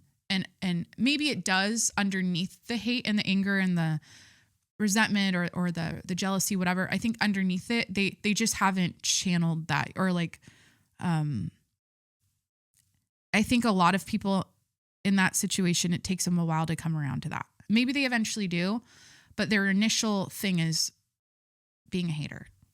She thinks she's all that. Fuck her, you know. But they see it, everything's a mirror, right? They see me, I'll just use me as the example, and they go, oh, what she's rocking with, the way she is, I have that inside of me. I want to be like her, but fuck her first. That's usually the you know, and that's sad. It's sad. It's a lonely, it can be lonely, you know, it can be a little bit like, cause when I see people that I'm like, oh fuck, like they're killing it. They're amazing. They're great. They're, you know, I just get inspo. I just get like lit up. Like, oh, that's so admirable. They're doing so well. What are they doing? How can I do that? You know, I want to go up with them. I don't want to rip them down. But see, when I say things like this, a lot of the self-helpy, like therapy, psychology stuff on my podcast, one of the hardest things about being me is that as I'm saying it and thinking it, I'm like, how the fuck doesn't everyone just think this way? It is so like 101 how to be a person in my mind, and so basic and so like, hello, like duh. But I think people have layers of this scaffolding that inhibits them from realizing that, how like living well and being happy and like having like a great life is so fucking easy if you get your mind right. It's all about the fucking mind. And that's why, yeah, you know, in the heat of a battle one time, like a really dark, deep fight, horrible, the darkest of my adulthood, maybe with, I'm not going to address who, but like it got to the point where yes, there was screaming and raging and chaos, but it was at the point where I was so articulate and like well-spoken about the psychology of what was happening in the argument, because that's how I am. I get fucking clinical about it because I'm just so well-versed. I just know too much because I've been desperate. I'm like, why are these people this way? I'm going to go to the internet. I'm going to find resources. I'm going to watch YouTube videos. I'm going to listen to podcasts and figure that out so I understand it better. So when I'm in arguments like that, I find myself, because at that point I'm just like, fuck it. I throw the towel in and I'm like, I'm standing up for myself. I'm popping off. Like if you poke the bear, you're going to get fucking bit. Okay. But it got to the point where they're like, wait a minute. Have you ever thought about getting your PhD? And I don't know if this was a condescending thing. They're literally like, have you ever considered going back to school and like getting your PhD in this and like maybe becoming a doctor of this? Like, you know?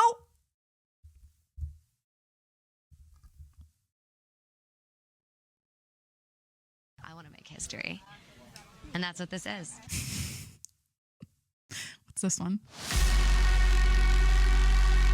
Oh, that's a great sound effect. I need to use that more. I should have used that during the Jurassic Park segment.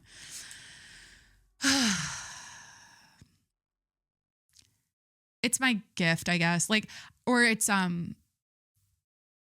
about like turning the negative into a positive. And what's the Biggie lyric? Turn the negative into the positive, and it's all good. It was all a dream. I used to read Word Up magazine. What was that lyric? Every day Saturday, rapping. Went from negative to positive, and it's all good. I think that was lyric. Anyways, okay, so rant over. You get the idea. I'm a perfect person, and nothing is wrong with me, and I'm better than other people. And if you don't like that, please stop listening. I know that I'm way further ahead than a lot of people in this world because I actually am willing to say what I am not proud of about myself. I'm actually willing to come online, and it's not about coming online. It's about standing in the mirror. Like, let's just start very basic. I've actually stood in the mirror and addressed this with myself. I've had a conversation with myself about it, and I've worked on it. And I'm cocky about it because you know what? I'm sick of people hurting other people. And you best believe I've been hurt, okay? And it's just so dumb. Like, it's just like, fucking, you guys heal your goddamn trauma. Fix your fucking personality quirks and your issues and your shit. Do I have empathy for people that struggle and you know, they're just trying to survive? Yes. Like, I get it. Sometimes you're in the trenches and you react and you revert back to your 3-year-old self. And it's just like, you know, it's tough. It's tough to be a person, but God damn, it's like, you know, please, like, work on it. We have so much information about like how to help ourselves and live better now. It's like, fucking be curious. No one's fucking, that's a thing. I'm just too curious. I'm too curious. I think when you're, is it because I'm just such a big dreamer? This is what it is. Oh my God. Is this going to be the self-help fucking podcast again? No, it's not going to be.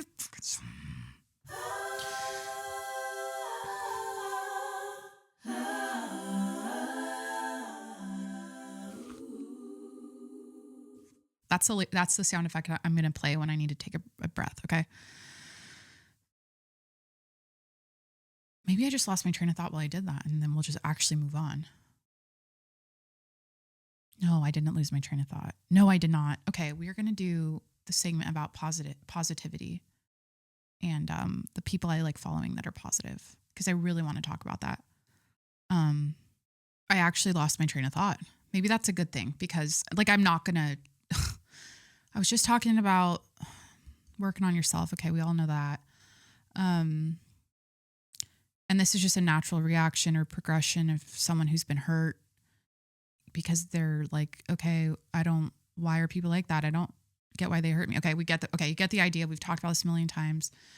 Turn the negatives into the positive. Is that a good segue into the positive bitches online I love? It's Amazon Prime Week. There's a lot of bitches online giving me inspo about, no. Oh, shit. You know, when you're like, sometimes on a podcast, that's like you know what? That was a moment where I actually forgot what I was going to say. And I freaked out and I said, this is not a self-help podcast.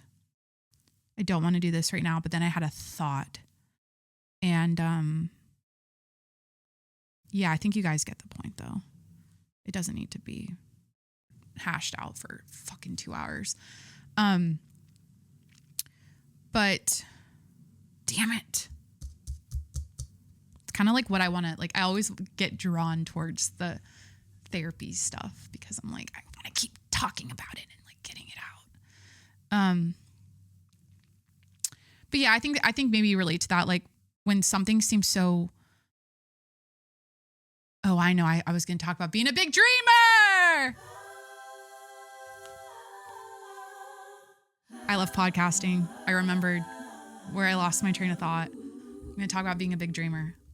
This is what it is. Okay, so my little pea brain, my little hopeless romantic about life pea brain is just wants everything to be like a storybook, like a Disney movie, right? And so when you have that brain and you know at your core, like your whole life, like ever since I've been a little girl, that I'm meant to have an amazing life. I'm meant to do great things. I'm meant to be seen and heard by the masses. Like I'm meant to see my name in lights. Literally, I just have always known that. It's like this all-knowing, that sounds fucking crazy, but like, is it because my last name's Monroe and like psychologically as a little girl, I knew about Marilyn Monroe and I was like, I want to be like her, you know? And also I was like on stages as a little girl dancing and singing and doing my makeup and putting lipstick on and like always performing and being in front of an audience. And so maybe that was all built in because of those big dreams are built in because of what I was literally doing at 3 years old and until now. So,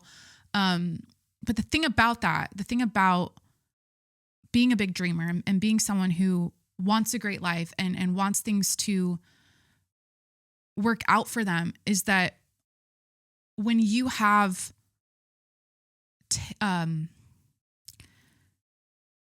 is that when the people closest to you hurt you. Oh my God, am I doing this right now?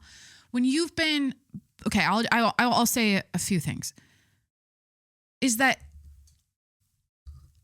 this is my hero's journey. Like this is a classic hero's journey story. Like you're this innocent little girl that wants to have a beautiful, great life. And she does now. Like it's all fine. It all worked out, but it's been a journey.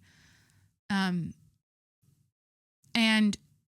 you start off with really bad bullying in elementary school. And then that carries through high school. And then you develop a really awful eating disorder and there's abuse at home and there's chaos and there's,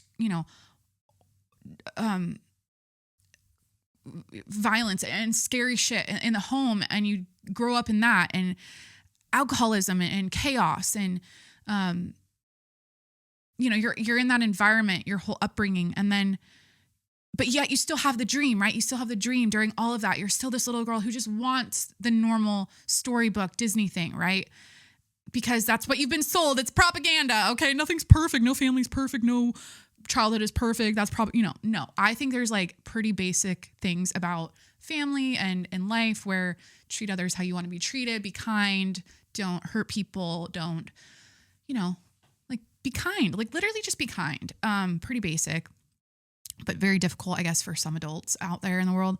And so you deal with the bullying, the eating disorder, the chaos at home, the parents divorcing at 20, and then your mom got cancer at one point, and that was fucking traumatizing. And then, you face the adversity, right? Like you face the adversity. And I guess what I'm saying is that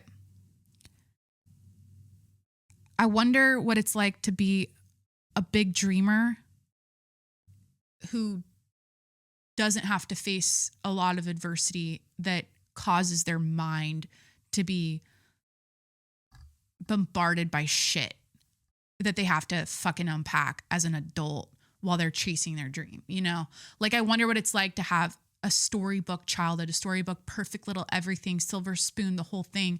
And then you can like literally just, and I know that's such a rarity. It seems like a rarity these days. And maybe you can relate to that. Maybe you can't. I bet maybe a lot of you can't relate to it because you've experienced a lot of trauma and adversity and you've had to overcome a lot. But like, I always wonder what that's like when it's just like good, and you have to deal and unpack but that's part of life again. And I think the fact that I went through all of that is a blessing because I get to talk about it here and I get to turn it into something positive and, heal from it and heal or what do they call it? Like break the chain.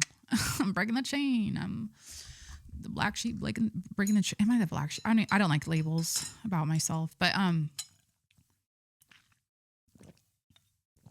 I guess it's just a little bit of a bummer and like a grief thing, because you're like, without you knowing it, you're actually grieving a life that you didn't get to have, especially with people close to you, where you're like for example, I don't really talk about my dad, but like I have a really confusing relationship with my dad. I don't really talk to him. He doesn't really talk to me. Haven't really been, I think the last time I saw him was like 7 years ago. Like it's very estranged and weird and uninvolved. And like, that's like a person dying who's still alive. It's like, and that's grief. So like the emotion underneath all of it that I'm dealing with is grief. And, but I had to go through therapy. I had to like unpack all this. I had to understand it, to like really comprehend that. And so, yeah, that's just stuff. But yet I still have this dream. I still want the fairy tale. And yet I do. Like in a way, I've created a life that is very fairy tale storybook and amazing and wonderful. And I really have no complaints. But those things you have to get through along the way fucking suck. And it's like this is what I guess I'm getting to, back to the previous topic about not being a piece of shit and working on yourself, is that literally I'm not blaming other people, but I'm just saying, if the other parties intimately involved in my life and my upbringing would have done things differently and mainly with themselves, like work on themselves, like truly like admitted to problems and like worked on them and were accountable and apologized and like really did the work, you know, maybe my journey, my hero's journey, the adversity I had to fucking deal with, especially psychologically, wouldn't be so bad, you know? So it's like, you owe that to your offspring, you owe that to the people, anyone you know, to like, that's your duty as a person. Like that's your responsibility, especially as an adult. So I take it really seriously, especially now that, you know, I'm looking ahead at like having kids someday. And it's like, I just see things so clearly and so differently now. I'm like, you know, but again, makes people funny, makes them a great podcast, makes them entertaining, makes them, you know, they've got their, you know,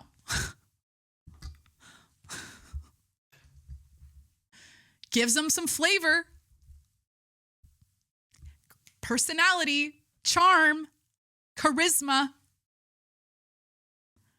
So maybe there's pros to abusing your children. I'm not saying I was abused. I'm just saying I think environmentally, like the environment was not the healthiest. And, you know, it is what it is. I always say this, like, I'm a person for the first time. So are my parents, so are my other family members. Everyone's going through life for the first time. And so, and not everything's perfect and ideal. But again, I think I'm stubborn about how like I have these big dreams and like I want them and I'm going to get them. But like, or I'm not stubborn. I'm just like, am I like resentful? Am I bitter? Am I angry? Like, I think something, you know, my mom picked up on actually when we were here together this last time she visited me, was that I'm like mad around her sometimes. Like, I'm like short with her and I'm like impatient and annoyed. And it's like, I guess it's because I don't do well with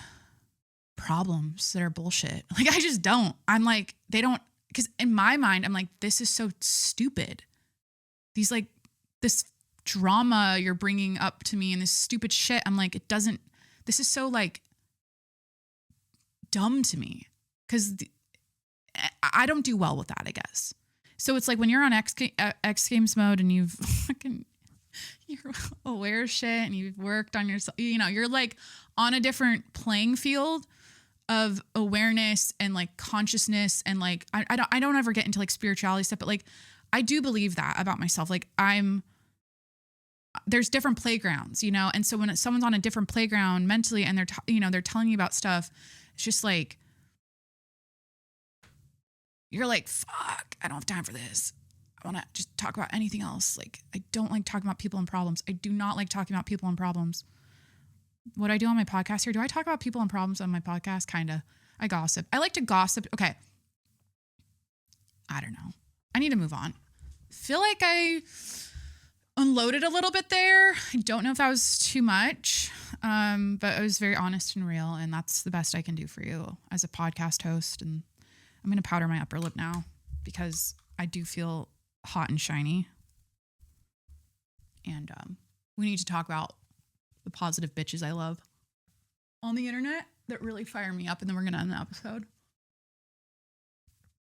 Did I talk about Justin Bieber changing his Instagram name to Little Bieber? This is what I have for news. Like, I'm not even going to talk about it. Justin Bieber changed his Insta name to Lil Bieber. The Texas floods, obviously, we talked about that. Dad jumps overboard after daughter falls from Disney cruise ship. You've probably heard about that. The Brian Koberger, Idaho 4 plea deal. There's a picture of him circulating when there's like news about it, and he's just like staring into the camera, and his fucking eyes are like, oh. I can't even look. I get jolted. I'm like, someone on Mount Whitney, a 14-year-old, started hallucinating, got altitude sickness, and is now in a medically induced coma. He like walked off a cliff. I don't know why I wrote that down. I think it's because sort of close to home, like that's sort of near. It's in California. Khloe Kardashian discloses her face work. I don't care. She's probably had some Botox and some filler. Who fucking cares? You know? Who fucking cares what people do to their face? Like, honestly, like, I know it can get ridiculous. I understand with Khloe, it's kind of ridiculous, but like, I can only imagine the shit she's faced. You want to talk about hero's journey, overcoming things. That woman's been scrutinized by about her looks her entire fucking life. She can do whatever the fuck she wants with her face, and I'm not going to judge it. Like, literally, or her body. Like, that's the thing. Why are people so, and that's another thing. That's like a reaction too. I am judgmental about you watching Love Island and enjoying it and wasting your life away watching Love Island this summer. Just can't, I am judging that. But like in general, I think when it comes to like, it's like you gotta like, I guess, critique some shit at what people do. I don't know. I'm just like, I'm not judgmental. I'm like, dude, live your life. Live and let live. That's my motto. Live and let live. And if you don't like how someone lives and what they do, keep it moving. Like, literally. Don't be a hater. That's the title of the episode. Don't be a hater. Am I being a hater? Am I being a hater? Okay. So these are the positive chicks online. These are the positive women online who don't piss me off, because I don't know about you, but I love Meghan Markle. She's her brand of positivity. I love Meghan Markle. Her brand of positivity is not for me. And I know she's eventually going to show us who she really is. Like that video when she was shaking her ass in the hospital room. I think she posted that on Father's Day, I want to say. Eventually she'll get there, but her brand of positivity is just too cringy for me. It's just not for me. But there are women online who resonate. Their positivity and they're like over positive, they're like genuine positivity actually resonates with me. And I'm going to start with Kayla. Okay. We're going to start with Kayla. Kayla is on TikTok doing a series, and we're going to play one of her videos because this is a breath of fresh air for my brain. When I watch her, I want to cry. I feel like I'm not living my life right. I'm concerned about all of the wrong things, and there's a better way to live. So this is Kayla from TikTok, and she is a positive woman online. She's queer. She talks about a queer Facebook community she's in. What does that mean? Kayla's a girl, but kind of androgynous. Like she has short hair. I don't know how to gender. Are we even doing that in 2025? Like, are we even doing, like, how important is it that I get this right now before I play her video? Fuck. Kayla's a girl. Her name's Kayla. She's a chick. She wants to be known as a girl. Okay. Hello, day 22 of doing something every day after work, so I'm not living for the weekend. Today, I thought I would show you my artist trading cards. So what that is I'm in a group and on Facebook, and you create little cards, and you can draw, paint, do whatever on them, and then you send them to other people who want to trade back. It's actually really cool, but I'll show you some. So like, I really just take 2 pieces of cardstock and I glue a card in between it, and then I just create on these. But you can do... You just create. I'm in a Facebook group. We exchange cards. You just take cardstock, you cut it, you glue a couple together so it's a little thicker, like a piece of cardboard, and you just create. I have nothing negative to say about her. Like, I literally cannot shit on this at all. She just create on a piece of cardstock, just create on a piece. Okay, let's keep watching. Like, I made this one. And like, this one was a weekly prompt. So every week they do like, this one, they just do random things together. So this one was shark chopstick sushi roll. And so this is what I came up with. But you can hand paint them like this one, or I just sometimes collage stickers together. It's just really cool, and it's a cool way to connect with other artists and send your art and you receive art. I really enjoy it, and yeah, happy it is Thursday, even though it's technically was a work Friday, if that made sense. God, I love her. Here's another one. Day 18 of doing something every day after work. So I'm not living for the weekend. Today I'm going to a local play at the local community college. Going to the play at the local community college. I want this life. Like, I feel like I'm just doing things wrong. Okay, I'm not going to play the whole thing because it's like just a vlog now, but like, when's the last time you looked up your local community college's theater arts program and like what plays they're putting out? I mean, do I have another one to show you? Here's Day 25 of doing something every day after work, so I'm not living for the weekend. Today we're going to go drop off our bookmarks to the library. I mean, oh my God. When's the last time you've thought about your local library and their need of bookmarks, or she makes bookmarks and she drops them off at her local library so people can have a bookmark for their books. It's too wholesome. It's like this is not it's okay. Again, we talked about this last week with Jamie Kern Lima, who interviewed Meghan Markle, and it was like, so tell me about, it was so phony and not ironic. No, there was no irony. It was all phoniness, all fake smiles, platitudes, positivity. It was a Pinterest board talking to a Pinterest board. We talked about that, and my take on it was like, I'm too damaged to understand this. Now with Kayla, I am too damaged to understand her too. There is a such thing as there is a such thing as content being too wholesome for me to understand. And that's depressing. You know what? Back to what we just talked about in the previous segment when it comes to childhood trauma and fucking bullshit. That's why the biggest cause I am behind right now at this stage of my life is I'm against child abuse. I'm making it sound like I've been fucking abused. Like I'm just against bullying. I'm against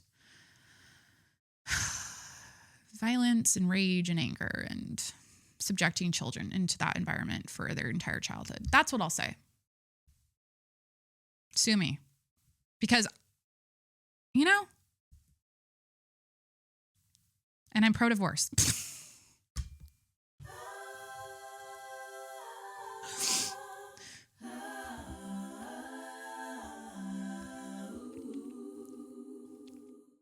hear me out, okay? God damn it. This episode took a weird turn. I'm pro-divorce. I said that, and I'm proud to say that. Like, here's what I mean.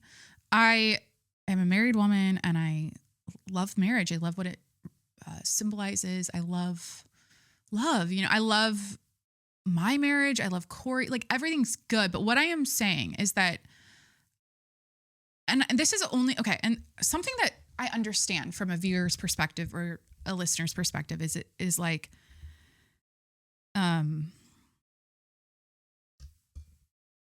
the whole, like, my name, not my story thing, like that phrase, like, my name, you don't know my story. Like, I'm trying to do my best here at telling my story.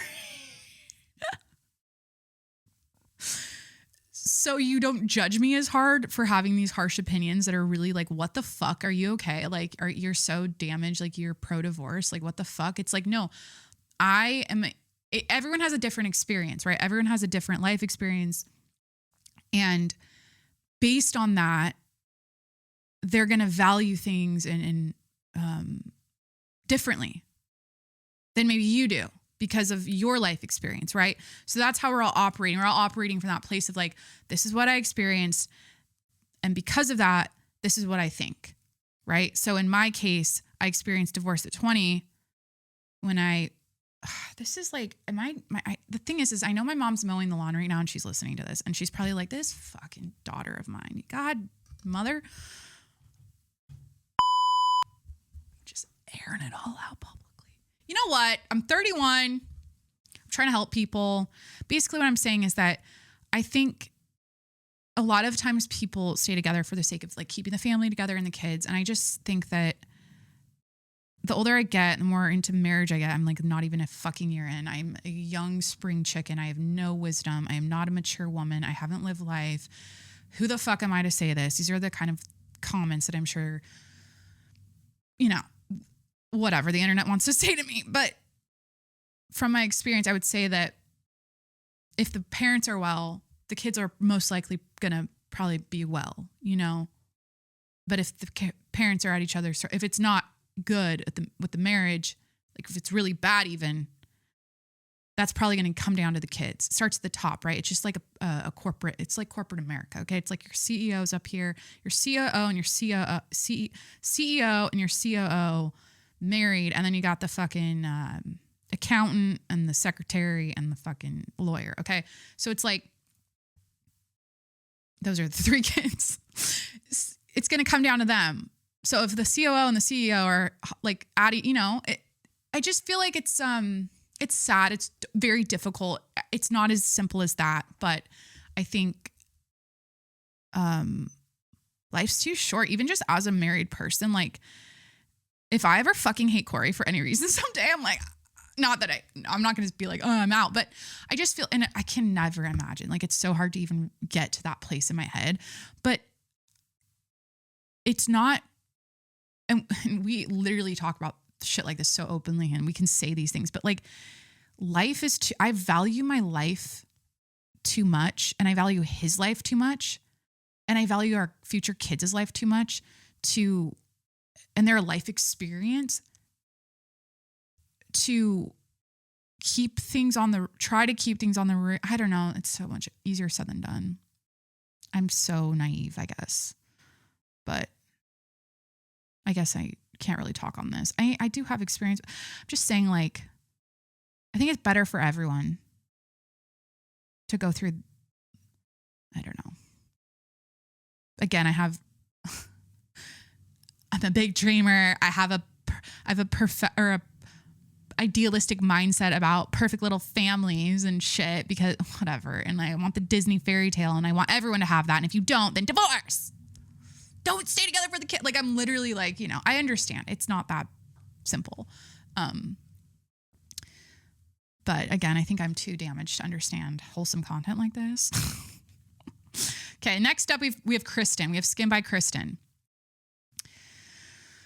I love this bitch. This is my new favorite bitch on TikTok. Okay. Skin by Kristen. I'm going to just drink my green juice right now. I did the thing with my tongue. Did you guys zoom in on that? I did the thing with my tongue.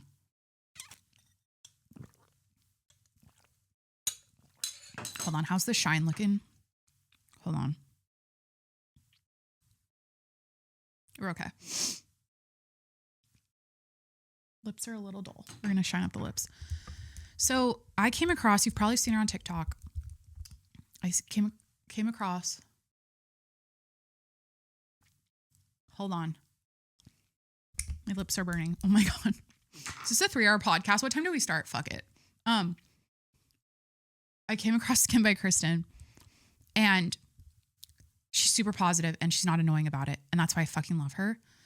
And the thing about her that really fires me up is her cleaning OCD, her routine OCD, her particularness, her meticulousness, her mannerisms, her good skin. She's an esthetician. She also does TikTok videos on like how to take care of your home and like the best products to use around the house and how to do your laundry. And like, I mean, she gets into the details of every single thing down to, I'm waiting for the video where she wipes her ass and she's like, the way this toilet paper folds when I use it is so good. You need to buy this. Here's the Amazon link, the ply or whatever, the fucking quilting on it.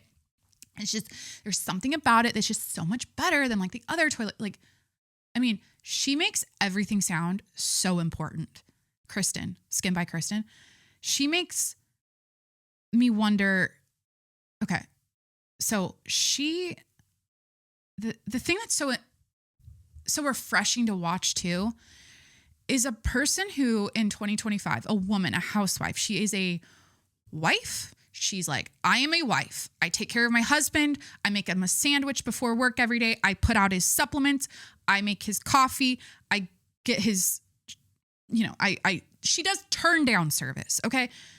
But she owns all of this. She's not like, I know this. Cause like, here I am, I love doing all that stuff for my husband too. But like, I find that when I come online as a 31-year-old in 2025, a married woman, I find myself putting in, what do you call it? I always have to like preface by saying like, I know this is trad wifey, but I still love doing it. Like, I know I've been brainwashed by the patriarchy, but like, I have to always say that because I'm like trying to protect myself from the haters that are like, she's a kept woman and she's, being, what do people say? She's trapped. Like she's being controlled by a man and she stays at home and she buys groceries and she cleans the toilets and but Kristen is like, I love being a wife.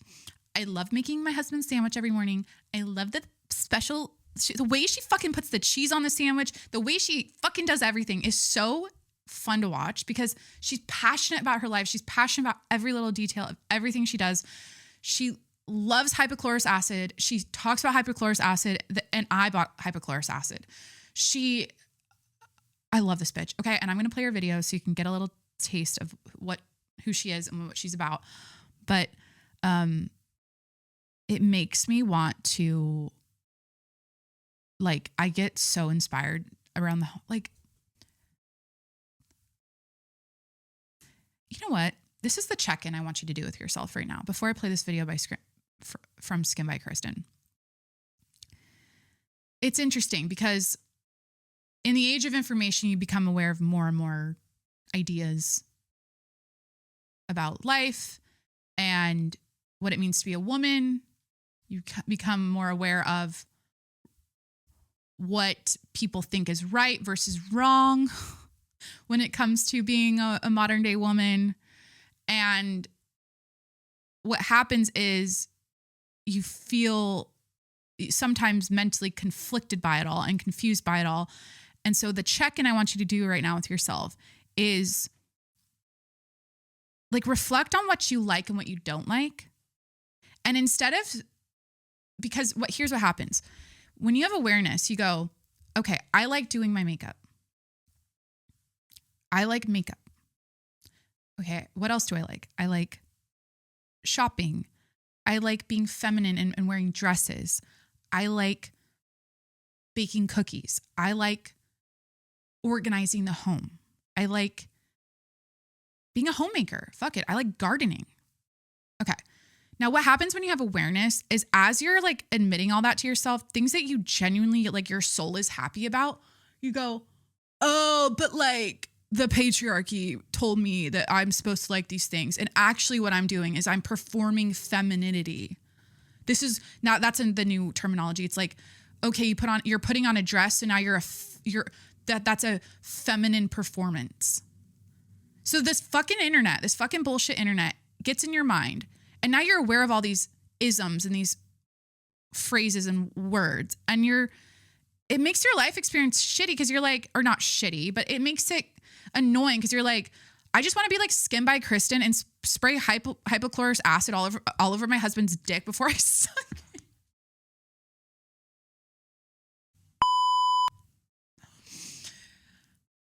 Because I like doing that, not because the patriarchy fucking brainwashed me into being a wife and a homemaker and a house cleaner all day. You know? So I'm pro whatever the fuck you like it, keep liking it, do it. If it fills your cup, keep doing it. You're not trapped. You're not brainwashed.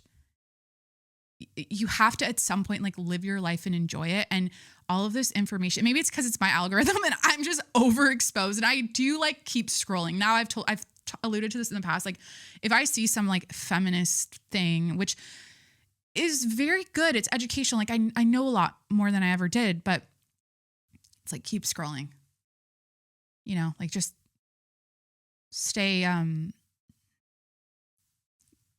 track with who you are, what you like, and what makes you feel good and happy and fulfilled. And if that's your stay-at-home wife fucking life, fuck it.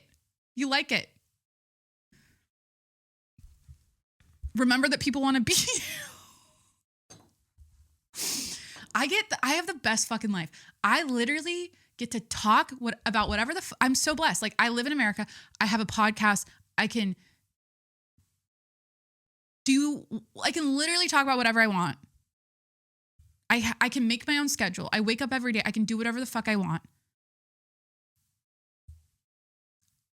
I have freedom with my time and I get to live my dream and do my dream career. Isn't that what everyone wants for their life? Like I'm so blessed. I'm so grateful for that. And I'm so, I don't know if my delivery of that was the best. Like I think I can be kind of like arrogant about it, but like, it's just, I don't know. You got to have a little sass, you know, you got to have a little like Tate McRae in you. Okay. This is Kristen. Okay, please tell me I'm not alone that when you travel, it kind of gives you a break from cleaning so much. I know everyone feels that way. It gives you a break, but for someone like me, and I know you guys get this, but like I am so obsessive about it. Like we can tell. Sometimes I look at my house and I'm like, it's beautiful, but like I'll notice every speck, everything. Like and there's always something to do. There's always somewhere to clean. There's always something I need to figure out. So when I'm going out of town, it's like, I get like a couple weeks to like not be so crazy about it. But on the flip side, when I come home, I appreciate it so much more. Like I want to clean, I want to take care of things. But that's why I think it's good for someone like me who doesn't like to travel to like get my mind off it and like relax for a second, because I don't relax at all. I walk like 25,000, 30,000 steps a day. I stopped wearing my watch and a ring because I became too obsessive. So I was like, I'm done. But I'm doing the same routine I did back. Anyways, I'm currently taking all of my skincare out of this drawers here. And it's all brand collaborations that I have to bring with me because I'm working with the brand. So I'm like using their product. You don't want to know. Okay, I think what we're watching is an extreme case of OCD, and she's she's making money off of it. God bless. It's also very inspirational. So, and it's helping people. Like it truly, like I think, you get ideas. She has so many tips and tricks. She also helps you with skincare stuff. So it's not like, but goddamn, you know, like, but then I'm like, why am I not like, I want to be more like her. I want to be more like disciplined, and I want to like be like like she's like on her fucking bathroom floor with a bin of products, and she's like wiping down probably a baseboard. Like, like fires me up. Oh, here's another one. These are some things that I do every single day that would probably classify me as either OCD, clean freak, type A, whatever it may be. Crazy. Straight up crazy. By the way, I'm 38 years old and I've been like this my entire life. I vividly remember going to church when I was younger, sitting in the pew with a note card, writing down what I wanted to clean when we got back to the house, because it was driving me crazy that we left the house a mess. Number one, I never just leave the house. Like, it's planned. I have showered. I have shaved. I have body lotion on. I have my skincare on.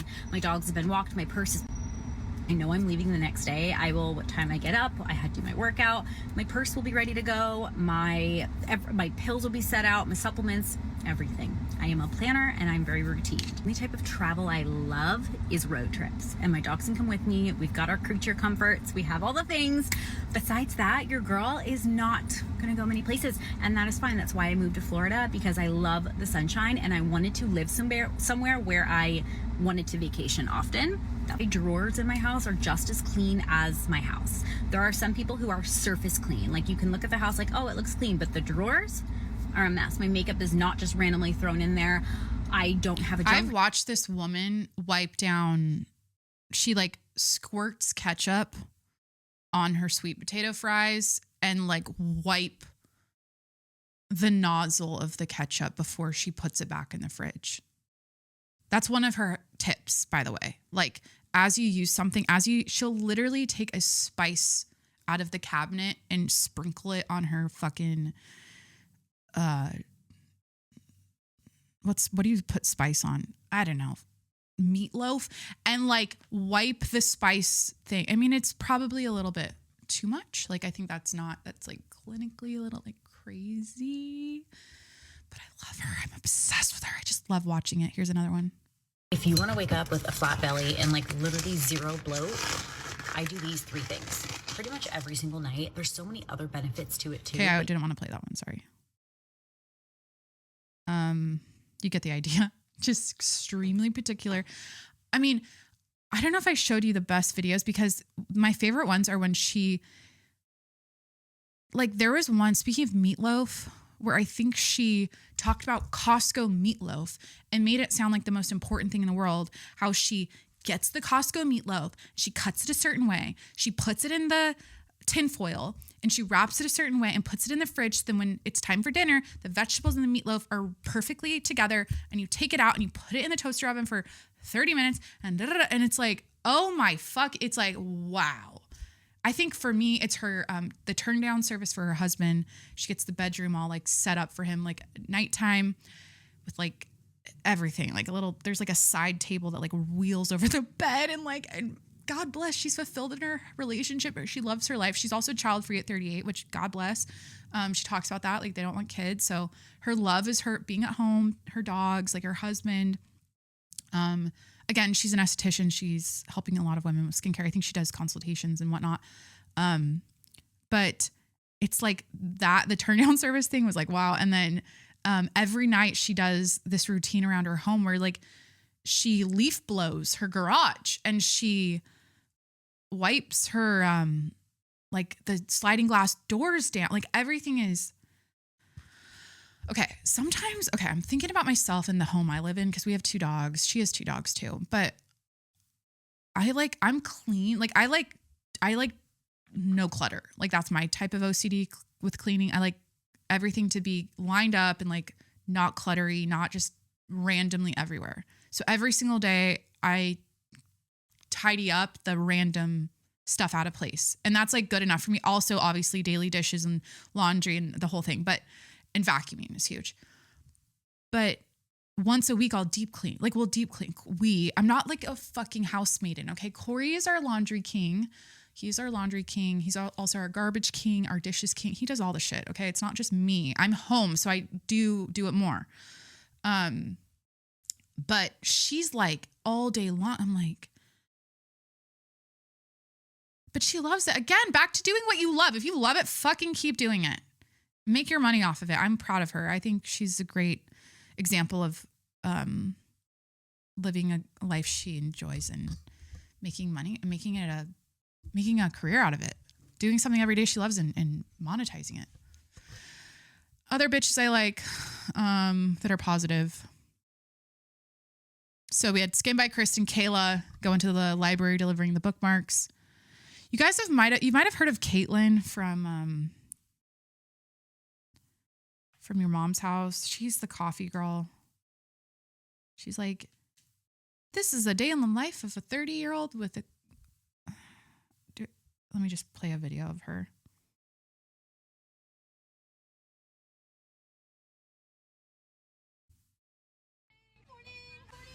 Welcome to the day in the life of a 31-year-old small business owner who makes coffee for a living. It's pop-up day, which is my favorite day of the week because there's nothing I love more than making coffee for people. Gonna get our espresso machine loaded, pick up some ice on the way, and head down to the park in Toronto. Time to get everything unloaded and set up. Once that's done, it's time for a little cold brew and make sure our espresso is tasting amazing before we get Okay, you get the idea. She's just positive, just so positive.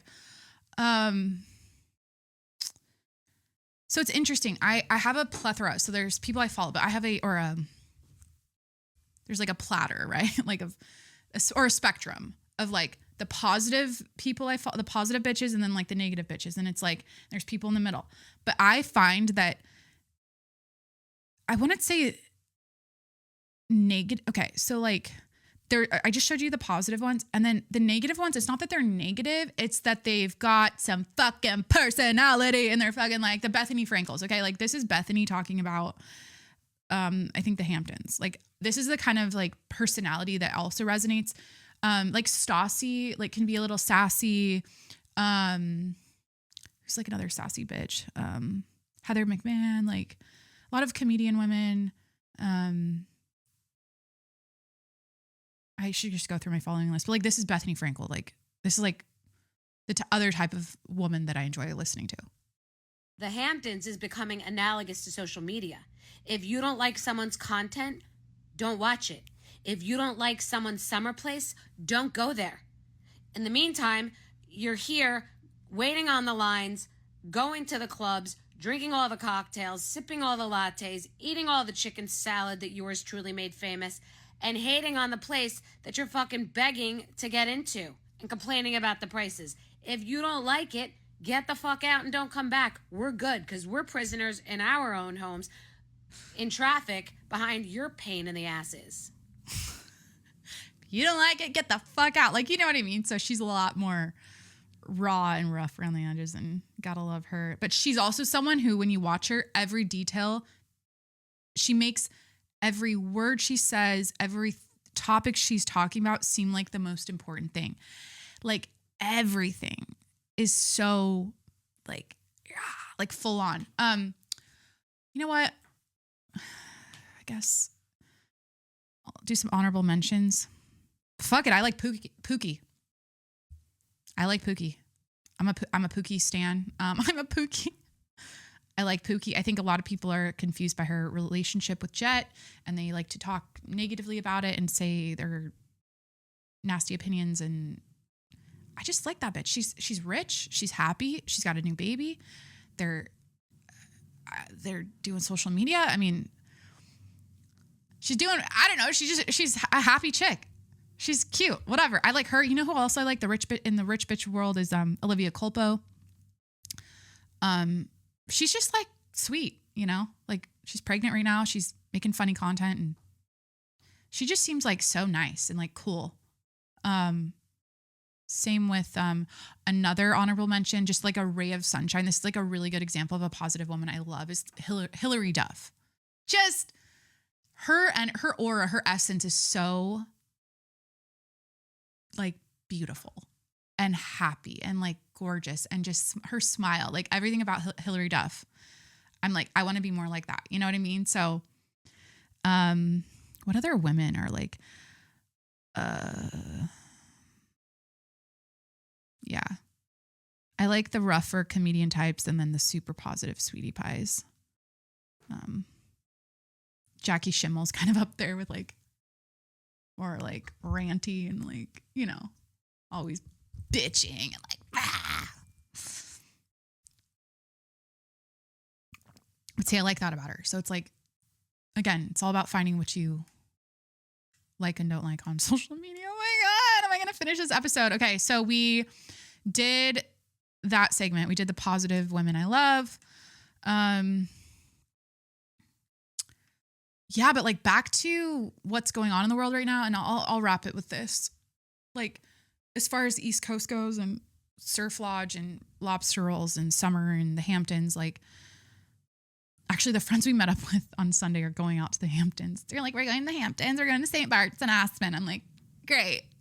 You know, like it just sounds so, like when they say it's so nonchalant, I'm like, they're like my favorite. They're one of our favorite couples. Like we have so many couple friends we know, and they have kids, and they're just so like fun. And it's like you watch them and you're like, they just need their own little show. Like their family is so cute. But yeah, I've never been out there. I have no idea what it is. I can't like, but the judginess about it all, like from my perspective, like everyone is just such a hater on like everything that influencers do. Rightfully so. Like there's a lot of shit that's stupid. But when it comes to like the Hamptons and like summer in the Hamptons, it's like, it's so like, fuck this bitch. Who does she think she is? You know, like trying to cosplay old money on the East Coast. Meanwhile, it's her boyfriend's sister's parents' cousin's house that she's using for content, and she's pretending, and fuck her Miu Miu dress. It's from DHgate or whatever. I just learned about DHgate. Or I guess I knew about it, but I was shown it and it's like an item from DHgate. I was like, oh, I can tell it's fake. Very refined palette with the luxury items because I own some authentic ones myself. No, I'm just too good for. I'm like this entire episode. I'm like, you're a piece of shit. I'm better than you. No, but I don't know. It's just so dumb. I mean, the thing is I'm at the age now, so I'm 31. I've repeated it 50 times this episode. Then we'll wrap, okay? But I do sense that I'm at the age now where the younger kid, like the catty bullshit gossip stuff I'm hearing about and seeing is the 20-year-old demographic. I don't need to care about that. I don't need to follow that drama and the internet lore of that. Like I'm not part of that.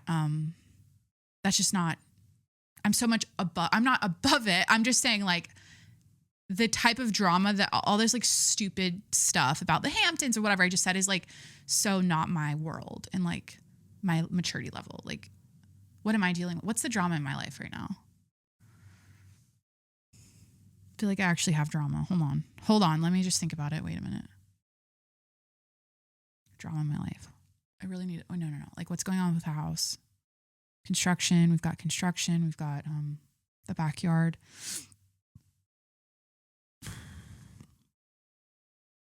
I don't really have any drama. Like actually, like nothing with like friends or family or anything. I'm like, it's all good. Let me just do one last peruse here on social media just to make sure I covered all the bases. And oh my God, wait. Corey, he goes, do a TikTok live when you're doing your podcast day. You should have that thing on every day when you're editing, talking to the camera just to start doing your. Okay, the thing is like he's telling me to do a TikTok live. And I get the sentiment. Like everyone's like, you should be a streamer, do streaming. Like you should do live streaming, whatever. Cause I go for so long, whatever. But I'm like, I need to turn it on like a fourth of the way into the episode when I'm like in it. Because if I start recording, I used to be like more of a one take Johnny, but like today was rough. Like it took me a few starts to like, or a few takes. Like I had to like get into it. So then I'm just like talking and then it's like not coming out right. So I restart and then I've got the stupid intro music that's like fucking up. And then, so like, I didn't want to record that on my live, but I could have, who cares? It's not like I have a huge following. I have like 22,000 TikTok followers, whatever. It's not a big deal. But yeah, I can't really, I'm going to call Corey. You guys get the idea. I like don't want to live stream because I'm shy and I shouldn't be shy.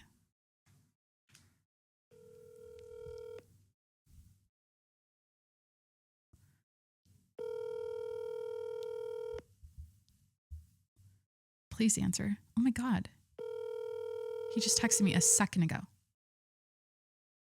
Okay, he's not answering. He's got the dogs. I wonder. Oh, that's a bummer. That's a bummer. He'll probably call me back. I guess I'll have to end it. You guys won't hear from Corey. I want him to FaceTime me the dogs. So that's what I'm going to do right now. First missed call, or he's probably in a meeting. It's 1:00. Yeah. Thank you so much. This was fun. This was a fun episode. Thanks so much for hanging out. Please hit that subscribe button wherever you're listening right now. I'm on Apple, Spotify, Google Podcasts, Stitcher, Breaker, Overcast, wherever you listen to podcasts. You know what to do. Just subscribe to the show. While you're there, follow me on Instagram and TikTok at Jacqueline Monroe, and subscribe to my YouTube channel. This is a video and audio podcast. You can watch me over on YouTube. And finally, if you want to support the show, patreon.com/TJMS. Go sign up. Have you checked it out? There's really nothing to check out. It's just my tip jar.